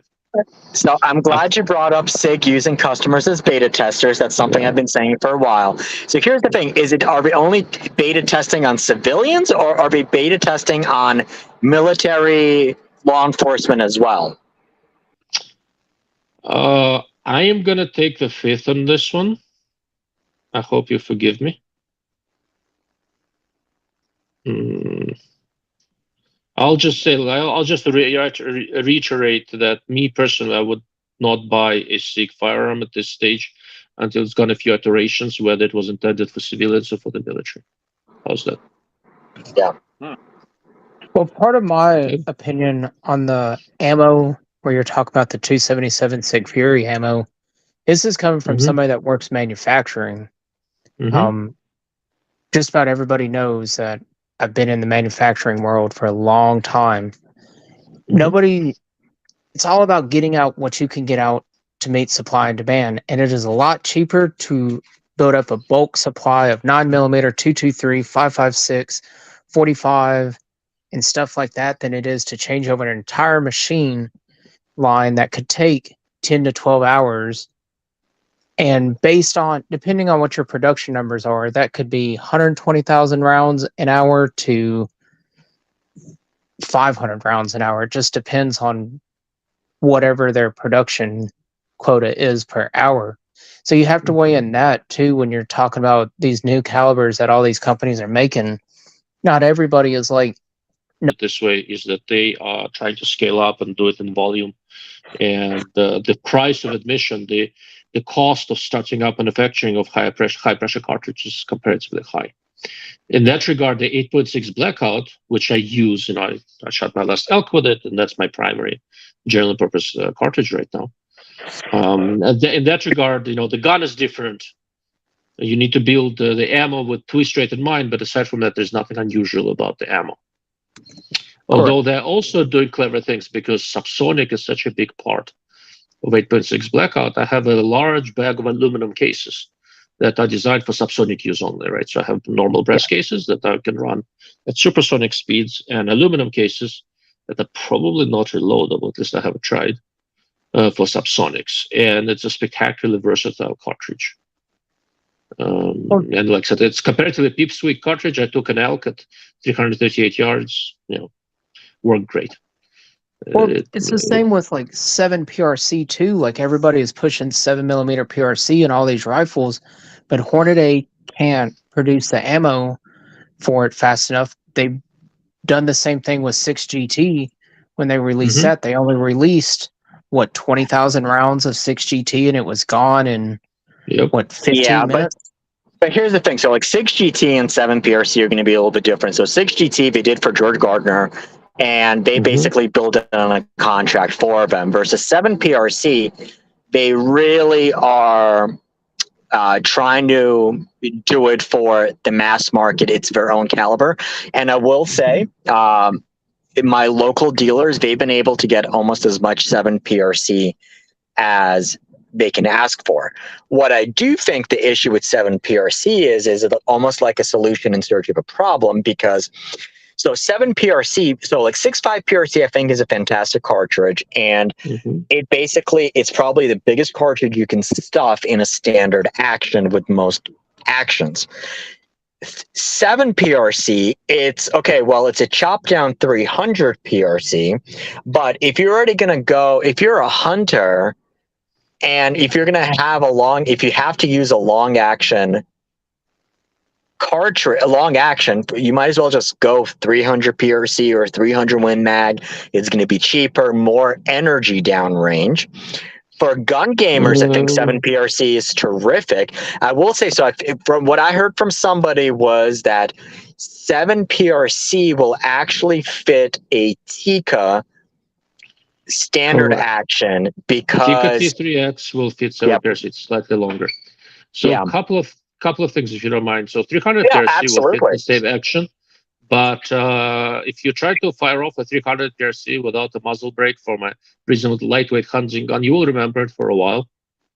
7 PRC is right, like on the other side of that cusp, where you know something is launching, but it's not that horrible. Okay. If you don't mind an interruption, there was a question there about the rifle scope, the Strike Eagle 3-18 by 44. Absolutely, Max, please do. Yeah, absolutely, yeah, please do. I don't want to make the guy wait any longer. So I do have one. I have been looking at it. I did a live stream on my website on it, since I wanted to do something where I can hold the gun in my hands. But I came into it with very low expectations. It turned out to be a better scope than I thought it would be. It's fairly light at about 26 ounces. Optical performance is very well balanced. There's nothing bad about it. They didn't screw anything up, which is good. It's just a competent general purpose design. I don't like that the whole reticle illuminates. For crossover use, I don't want the tree illuminated. Outside of that, as a general purpose scope, it's a really nice configuration, good package. We'll see what reliability looks like. It's a new design. I haven't had any issues yet, but I'm very pleasantly surprised by it. I just wrote an article on the Rimfire ELR, so I was looking at several 3-18 scopes with lots and lots of adjustment range, and Strike Eagle is one of them, and that's how I got to spend a lot of time with it. And like we all like to say that we don't have preconceived notions, but we all do. And I don't mind when my preconceived notions are wrong. And in this case, they were. I surprisingly liked that scope. Once again, there isn't any one thing that is absolutely spectacular. And in this price range, I'm not looking for Teja Theta. What I'm looking for is, did they do anything fatally stupid? And they didn't, right? It's just a well-rounded design. Very surprising. If it holds up, like I said, if there are no reliability issues, and there are a lot of them out there, so if they start breaking, we'll know soon. And like I said, every time I go to Vortex, I go pick their brains, and I get some idea on return rates and stuff like that. I can't publish them, but I do know what they are. It's 5 to 25 Strike Eagle is reasonably robust. If this one is in the same ballpark, it should do well for Vortex.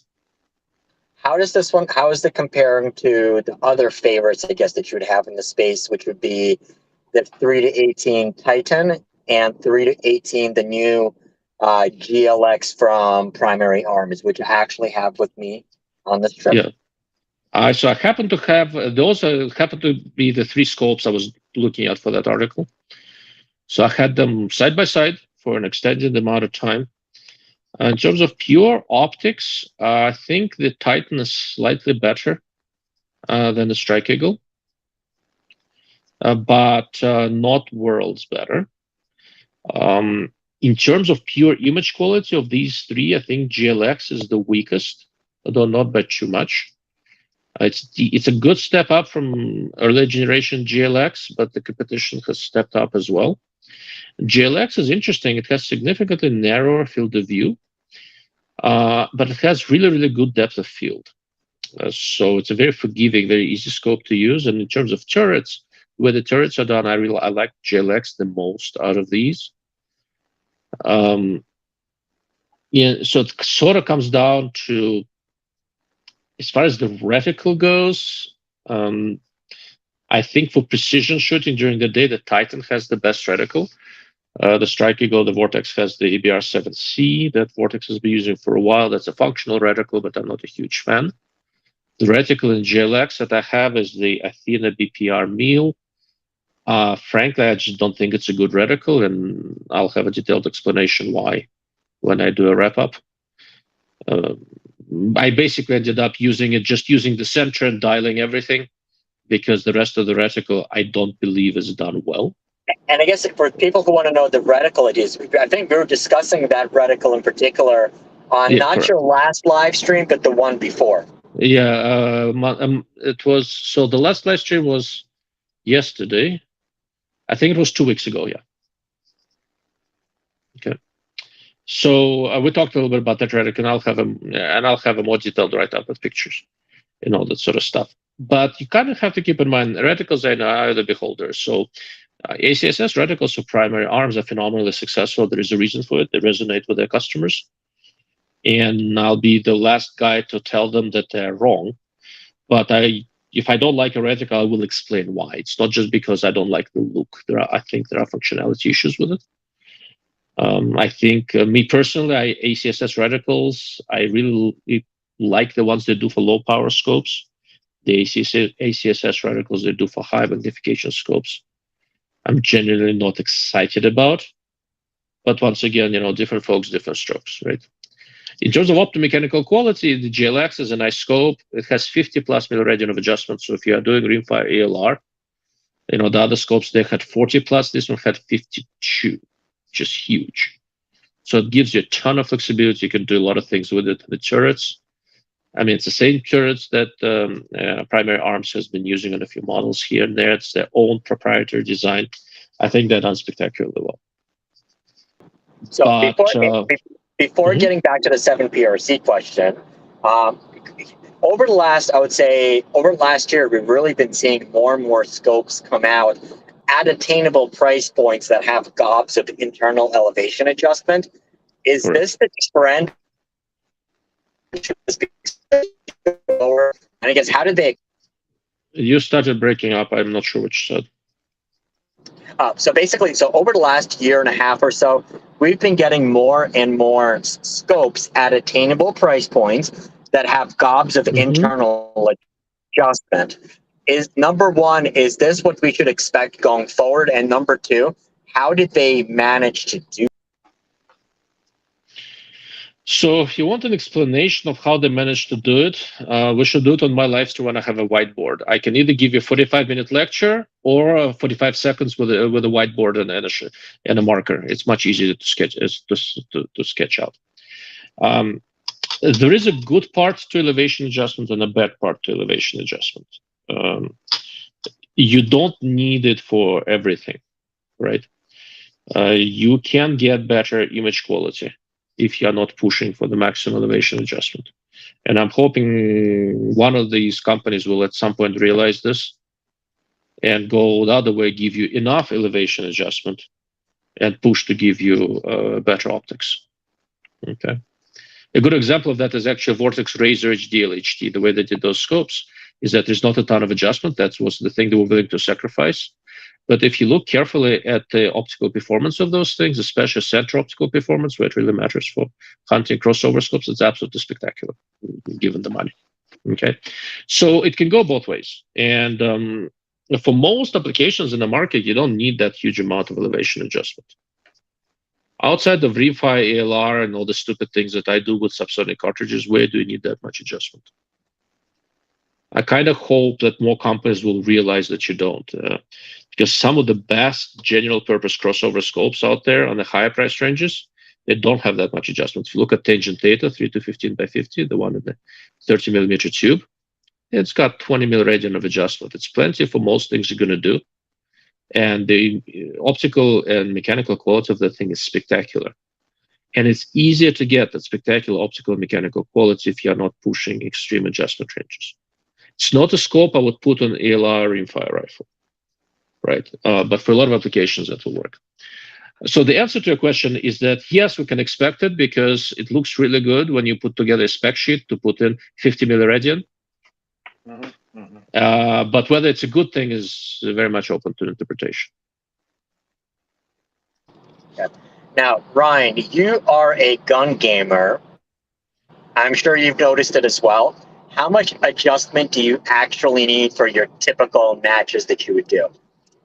Or are you talking in 3-gun, or are you talking more in PRS? Or are you talking NRL? So let's say, well, you do all three, cover all three, and I guess when you would need what? I mean, PRS, NRL, I mean, really going the max distance that you're really going in most PRSs and NRL matches are what, 1,300 to maybe a 1,500 yard shot at most. So you're always within 12 milliradian with the calibers you're shooting. Yeah. Generally speaking, yeah. So you're talking 12 to 14 mils for that. I mean, there's a matchup in Indiana that does go out to a mile, so you might need 18 mils of adjustment for that, depending on your cartridge. And there's also the variable of gas versus bolt. But then in 3-gun, I don't think I use anything over 6 mils of elevation in 3-gun. That sounds about right, yeah.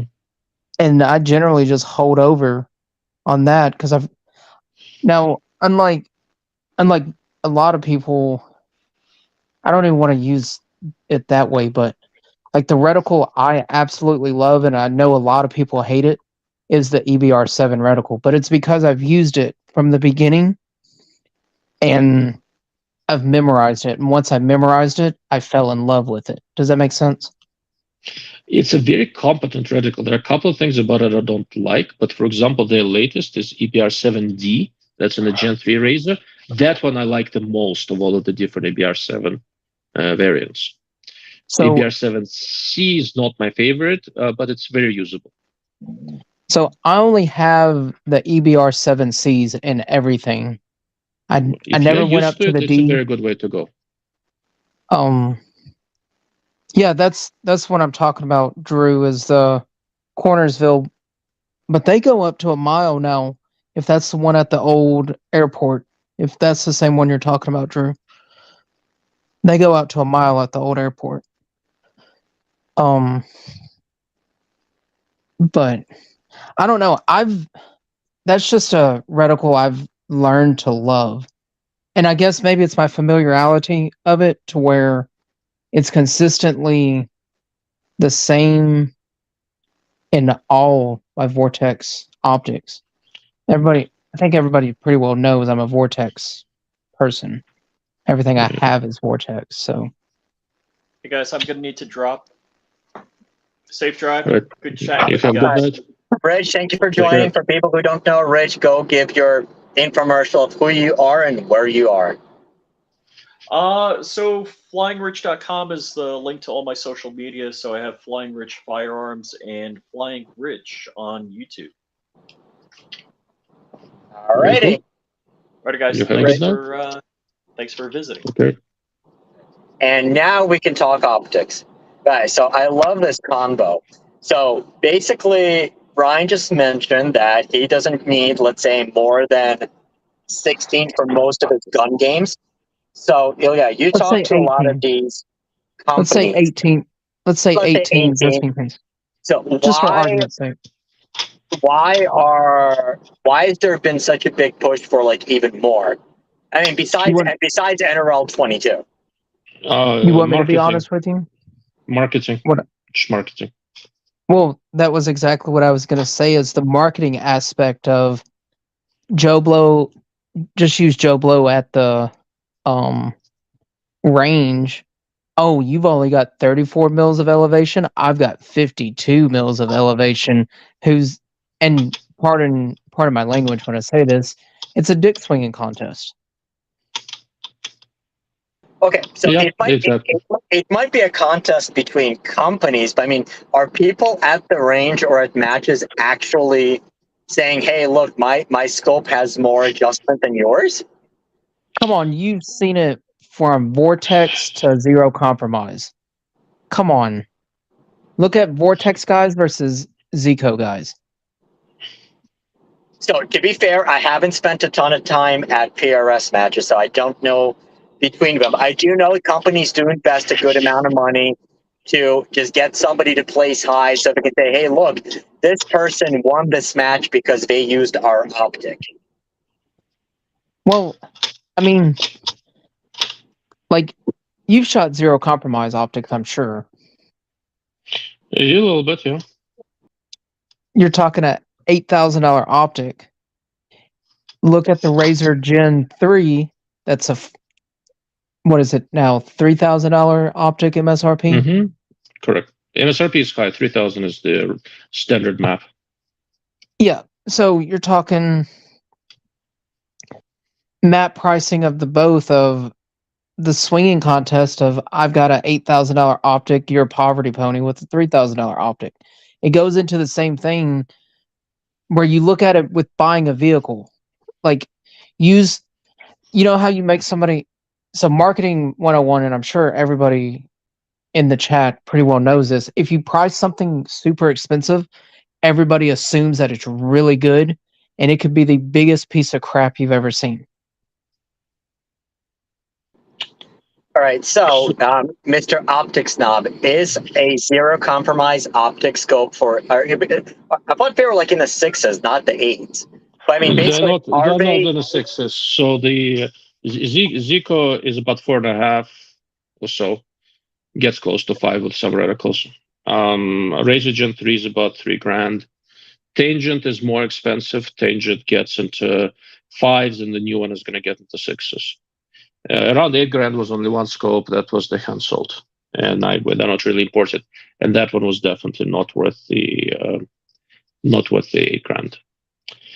The question I think you're trying to ask, and I keep on interrupting you because I enjoy watching you open your mouth and then just close it. It's a closed part that I like. The question is it worth the difference? I actually did a whole live stream of that with Will as my PRS shooting buddy on the Razer Gen 3. We did that just what was it? Earlier this year, I think. If I were spending my own money on a high-end scope right now, I would buy a Razer Gen 3. Okay. It's absolutely alpha level glass. It is robust. It does a lot of different things well. The reticle is quite good. Is it as good as my Tangent data? No. But we're definitely in a category of diminishing returns here. Okay. If I was doing something with a gun and that scope that my life depended on, I'd be running a Tangent data. Because there, any incremental improvement in performance might be worth it. But if as a hobbyist, I'd be doing a Gen 3. And I have a Gen 3, right? To address one other thing that came up earlier, so with a scope like the Gen 3 or Zico, or any of those, they're really expensive to make and they're really expensive to develop. So with scopes like that, I'm not surprised that we are seeing them put a little bit more emphasis on adjustment range because they want to be able to have one or two scopes that address everything, including long-range rimfire. They don't want to develop a scope just for that because of how much it costs them to develop and make a new scope. But you're absolutely correct that Zero Compromise or Tangent data is probably not worth the premium, but it is still better, right? So whether it's worth the premium, it really depends on how much money you're willing to dump into this and whether it matters, or whether it matters to you. And I'm not knocking anybody that wants to spend $5-6 grand on an optic, or $3,000 on an optic, or $500 on an optic. I'm not knocking any of that, but I think there's something said for spending. Like, I can be called a FUD or whatever anybody wants to say. I see it better to spend. Let's hypothetically speak. Somebody's got $1,500 to spend on an optic. Mm-hmm. I see it better bang for your buck going that $1,000 range where you have 500 to play with for a good set of scope rings versus dumping all 1,500 into an optic and then getting cheap scope rings. Yeah, it's a perfectly fair point. You have to think about it sort of from a system level point of view, right? You have a shooting system, and any one part of it can screw you over. Correct. But on the other hand, I mean, if you're paying $500 for a set of scope rings, like if you're paying 400 or 500, whatever it costs for a spur, you're just a sucker, right? No, I don't disagree. I was just using that as an example. Yeah, no, Like- I'm with you. You can't skimp on rings. You can't skimp on a trigger. You don't have to have a fancy rifle, but it has to be well set up. If you're going to do precision, have a conventional rifle. Many conventional rifles can shoot well if it's bedded well, right? Because it's not hard these days to find an accurate rifle. But you need to have a good trigger. It needs to be bedded well. You need to have good mounting system, and you need to have an acceptable scope. Where the sweet spot for rifle scopes is right now is not entirely clear. It keeps on moving around. For precision scopes, I would say you'll get the most bang for the buck in the $1,500 to $2,000 range. Oh, agreed, 100%. So stuff like tracked Toric ALR, Burris XTR Pro is very good. I'm messing with one now. Athlon, Chronos, Delta Striker. So the previous generation Japanese scopes, they're very, very good. If you're stepping up to Razor Gen 3, I mean, you are getting more performance, but under most circumstances, it's not necessarily going to make you a better shooter. Well, instead of going the Gen 3, I would probably lean more towards the Golden Eagle. Golden Eagle is more of a benchless scope. It's a second focal plane ultra high magnification and designed for lightweight. I agree, but the reason why I say that is from the standpoint of you're getting the same quality from Vortex, even though, yes, it might be more of a bench rest style firearm or bench rest style scope, but it's still going to perform well enough for somebody getting into the game that doesn't necessarily want to break the bank, but that guy that still wants to hunt on the weekend. Because let's face the reality, a lot of people get into this sport and get out of it. That's very true. So if you're going to hunt on the weekend and you're getting into the sport, I would not recommend the Golden Eagle, because one of the biggest things I see, especially with people who are less experienced, they take a second focal plane scope, forget which magnification they're on, and screw something up. And Golden Eagle with the 15x on the low end, that's a 15 to 60 rifle scope. That's a little bit high. That's a little bit high in terms of magnification. Around $1,000 price range, there is several really respectable designs you can take if you're new at this. Right now, for $700, you can go pick up Brownell's MPO 3 to 18 by 50. And if you're shooting PRS type thing, although it may sound like it's not that much magnification, it's enough. You can get that for $700 and spend the next 2 or 3 years getting better. And if you decide to quit, it's going to work really well for you as a hunting scope. Well, the thing too that I've noticed a lot amongst newer people getting into what we're going to call quote unquote long range shooting is they feel that they have to have all these zoomies. You see it all. I know we all see it all the time. Yeah. That, I have to have 34 times zoomies. I have to have 25 zoomies. Whatever. It's a mistake. And I find myself barely ever going over 12 zoomies on average because I want to see where I'm. That's actually about right. So I'm not a particularly good shot, so always keep that. I'm a pretty decent engineer. I'm not a particularly good shot. So always keep that in mind. The way I shoot is really pretty straightforward. Given a choice, and I do have a choice, right? I have enough scopes here to buy a small country estate if I sell them all.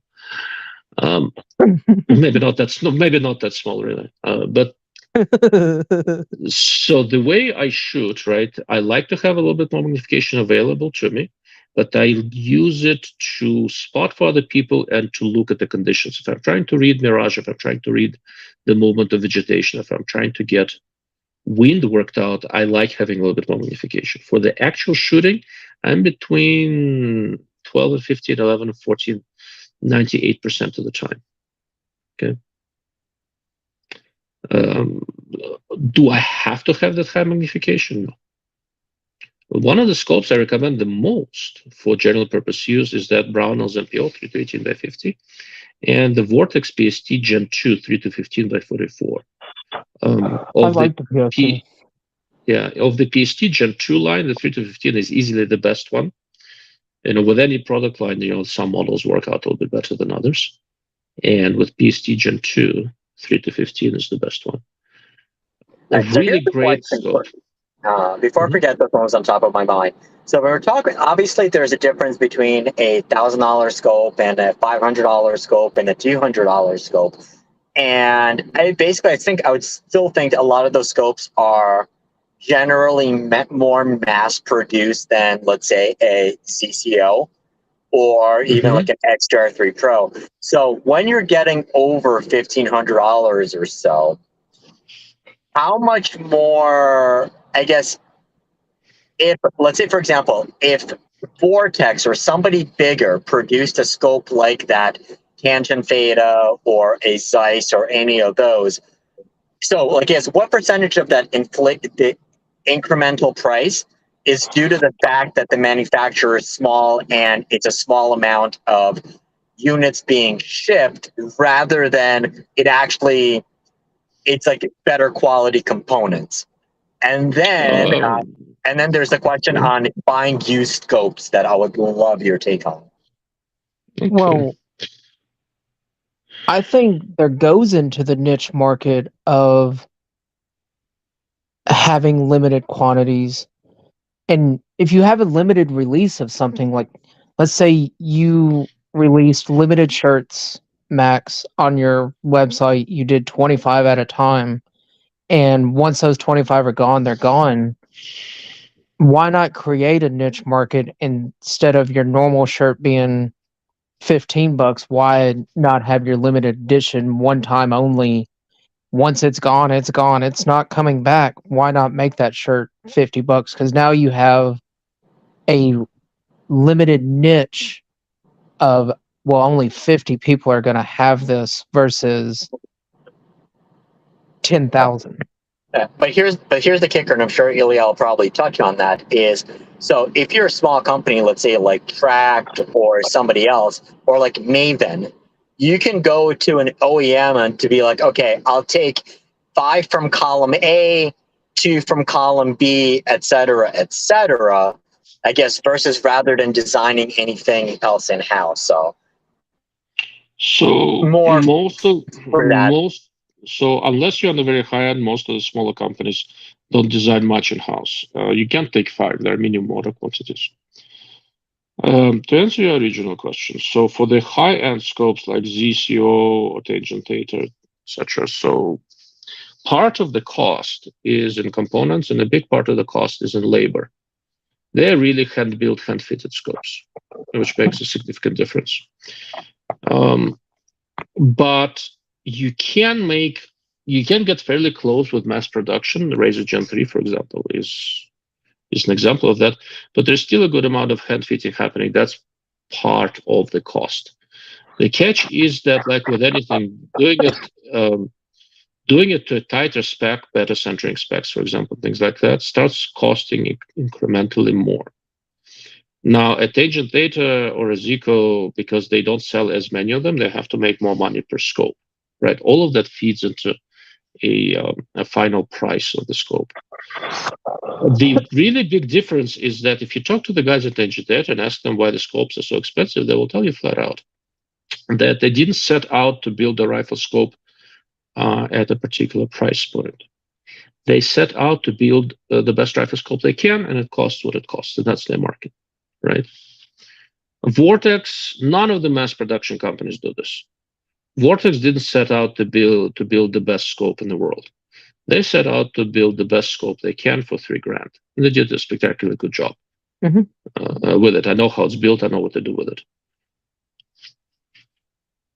Incremental improvements cost a lot of money.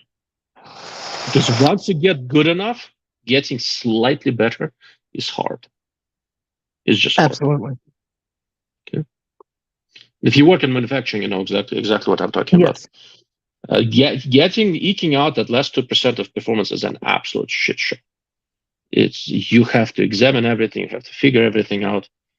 I'll give you an example from my day job. We make this calibration thing for weapon system for the Navy, and it was doing weird things at low temperatures. We were messing with it for months. We finally figured out one of the optical baffles in that thing, when the thing cools down, touches one of the lens groups.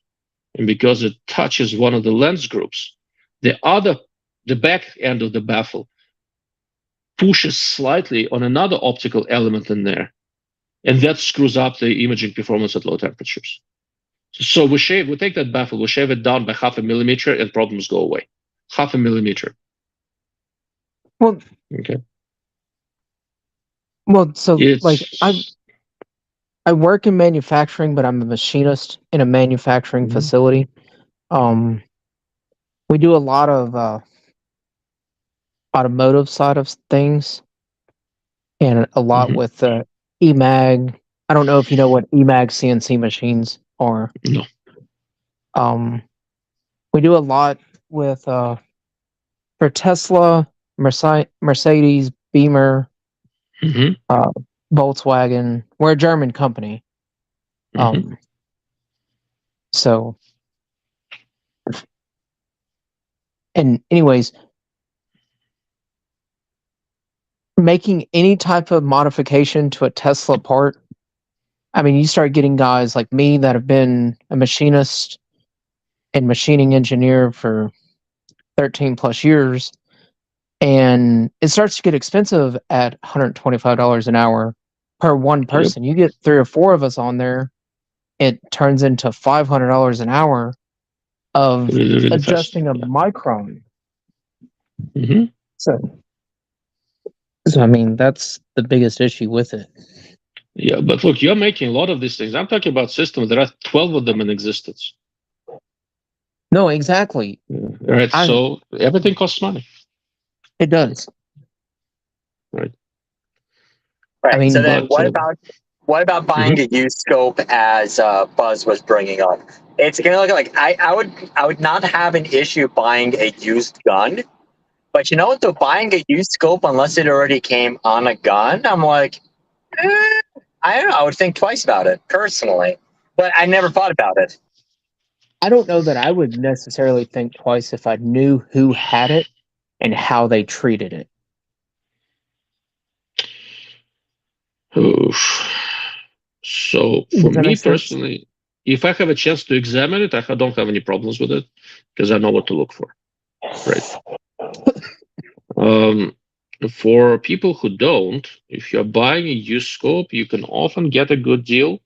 Make sure the lenses are not scratched up, and make sure you're buying it with that was made from a company with a lifetime transferable warranty. Most modern day companies, if something is screwy with the scope, will fix it. The idea is that you look at it on the outside, and if it doesn't look like it's been through war, all banged up and scratched up and everything, then chances are it was treated reasonably well. So if something goes wrong, the company is going to take care of you. It's not necessarily a bad idea. And for example, in the comments here, I see people are talking about Gen 2s, the Razor Gen 2s. Guys, if you knew how many Razor Gen 2s have been manufactured in the 10 years or so that they've been around, Max, you'd fall out of your driver's seat. So there's got to be a pretty nice market for used Gen 2s out there, and they are exceedingly robust scopes.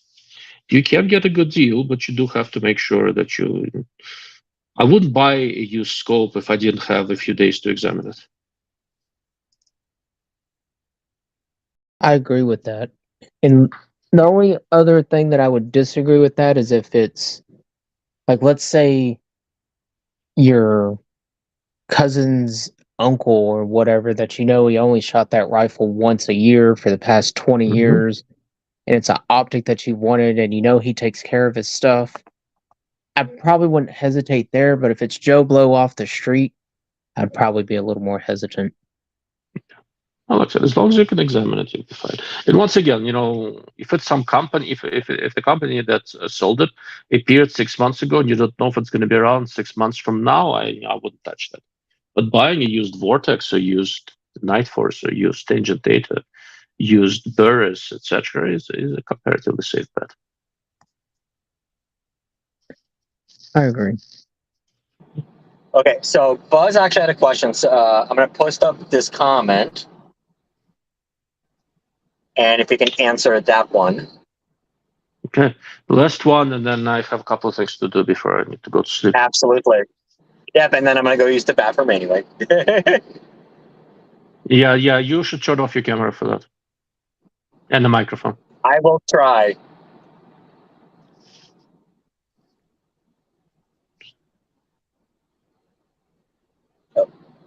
No, I put it up. Okay, the reason I asked about the Strike Eagle 3-18 is that it seems like a good all-around target hunting multi-platform scope that isn't overly heavy and a better eye box than my 4-20 Helos. Absolutely accurate. It has a very good general purpose design. That's why I said there are no clear and obvious weaknesses with that scope. It works well at low magnification, works well at high magnification, turrets are decent. Didn't see any excessive flare. I mean, it's just a well put together scope that should work well across a good range of conditions.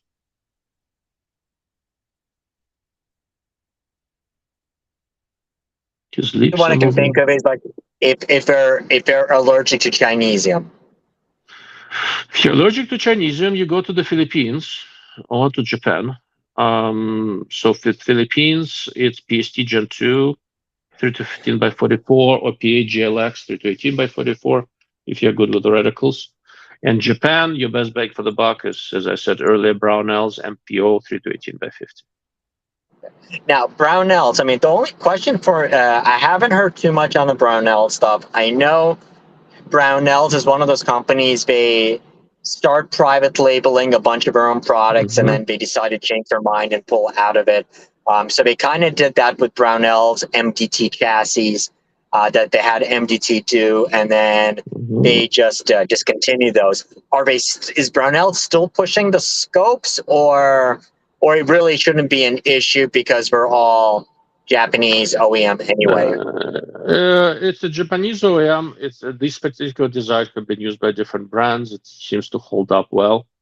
And Brownell says it's a lifetime warranty on their scopes. So I don't know how long they'll have the optics line. They seem to be doing all right with it. There's quite a few models now. But Brownell's is not going anywhere. If something goes wrong, they'll support you. Yeah. I mean, they have a reputation of being a perfectly reasonable company. Okay. Well, Nikon's the same way. Nikon didn't go out of business. They just got out of the rifle scope. Nikon is not the same way because Nikon hates everything gun related, and they will no longer service your rifle scopes. So I haven't really seen that issue. Well, I guess Nikon. I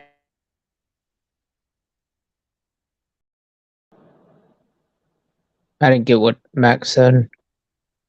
Oh, I said basically, so I guess the closest equivalent to Nikon would potentially be a Leica or a Zeiss.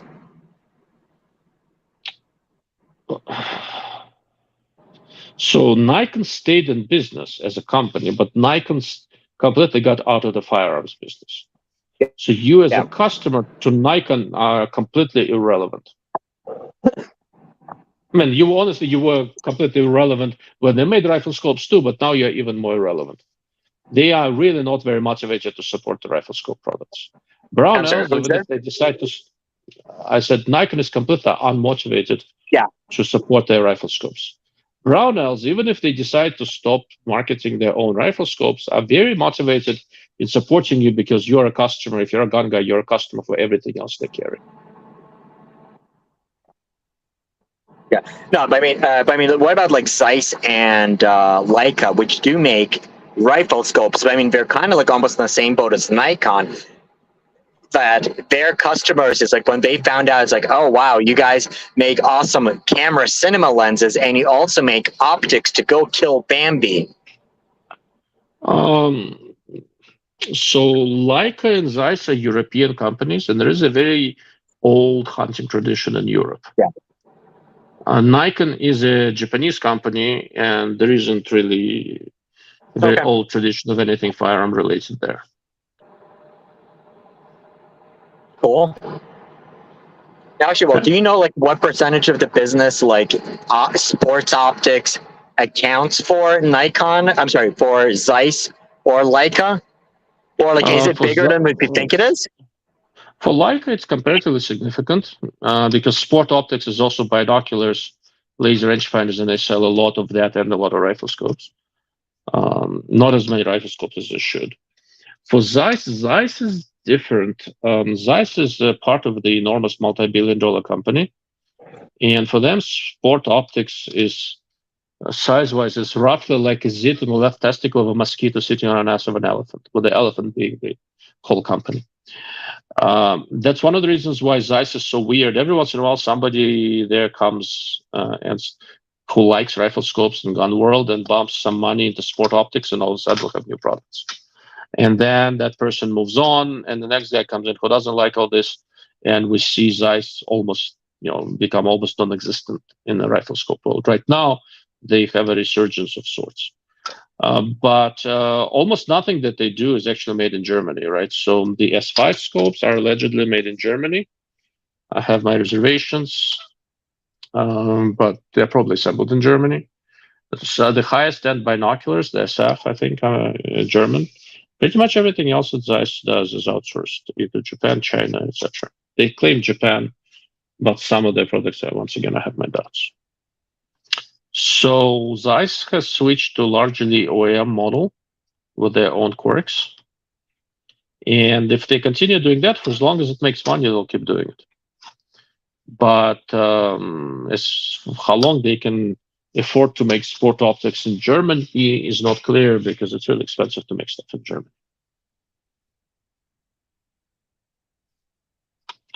Like in that regard, they do a good amount of their stuff, especially laser rangefinders, things like that, and they're plant in Portugal. But even with rifle scopes, for example, like a PRS and the Amplus, a lot of the sum assemblies come from Light Optics Works in Japan, and then they put it all together in Germany or Portugal, depending on which product it is.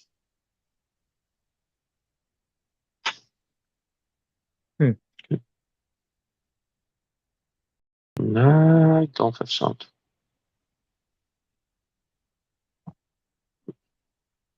Max, I know your lips are moving. I can't hear anything. Sorry about that. I was talking on mute, so I think that answered most of the question. I know you got to go, so thank you for joining us. Absolutely. And we'll definitely do this in the next couple of days and maybe do it from the range. So I am actually excited about the Strike Eagle 3-18. What's the price point on that one? 650, 700, something like that. 650, 600 maybe. Oh, no. It was less, I think. Maybe 550. I don't remember. Wow. It's in that range. It's I was very pleasantly surprised. I mean, and remember, I'm very friendly with the Vortex guys and all that. One of the reasons I'm friendly with them is that when I crap all over some of their products, they seem to take it like adults. I fully expected that the Strike Eagle would be yet another product that will test the strength of our relationship, but I like this one. It's a very decent scope. Very cool. No, that's definitely really interesting. I am looking forward to that. Absolutely. And do that. All righty. I got to log off. Thank you, everybody. I'm actually going to wrap this one up here before we use the restroom. Awesome. And then we will do this in the next couple of days. Ryan, Ilya, thank you guys for joining us. I think everybody here should already know Mr. Dark Lord of Optics and where to find his channel. And what are you working on? What's going to be coming up? Well, right now I'm writing an article on the new SWFA scopes, but I can tell you absolutely nothing about them. You'll have to read the article. Nice. But I do want to, next time I want to have you on, do you want us to take a longer time and discuss 277 Fury and 86 Blackout in particular? Yeah, that I have I a think that'll lot be of mileage interesting. with that. So I was playing with 8.6 Blackout about 2 years before they announced it, so I have a lot of mileage with Yeah. that one. Yeah, I'm definitely looking forward to it, and might be coming back with an 86. So we'll There you go. That's the spirit. talk. All right. Good night, And gentlemen. Ryan, thank you, buddy, for joining. The answer to your question, 10 a.m. 10 a.m. Can you send me that address? Yep. That way I for sure have it. Yeah. I'll text you on that one. We'll be in touch before then. And do that. All right. I'm going to go. Thank you, gents. And Brian, I will see you tomorrow, buddy. Yeah, I'll see you in the morning, brother. Be safe driving. Take care. Bye. All right. Thank you, guys. Thank you, everybody. And we'll see you in the next couple of days.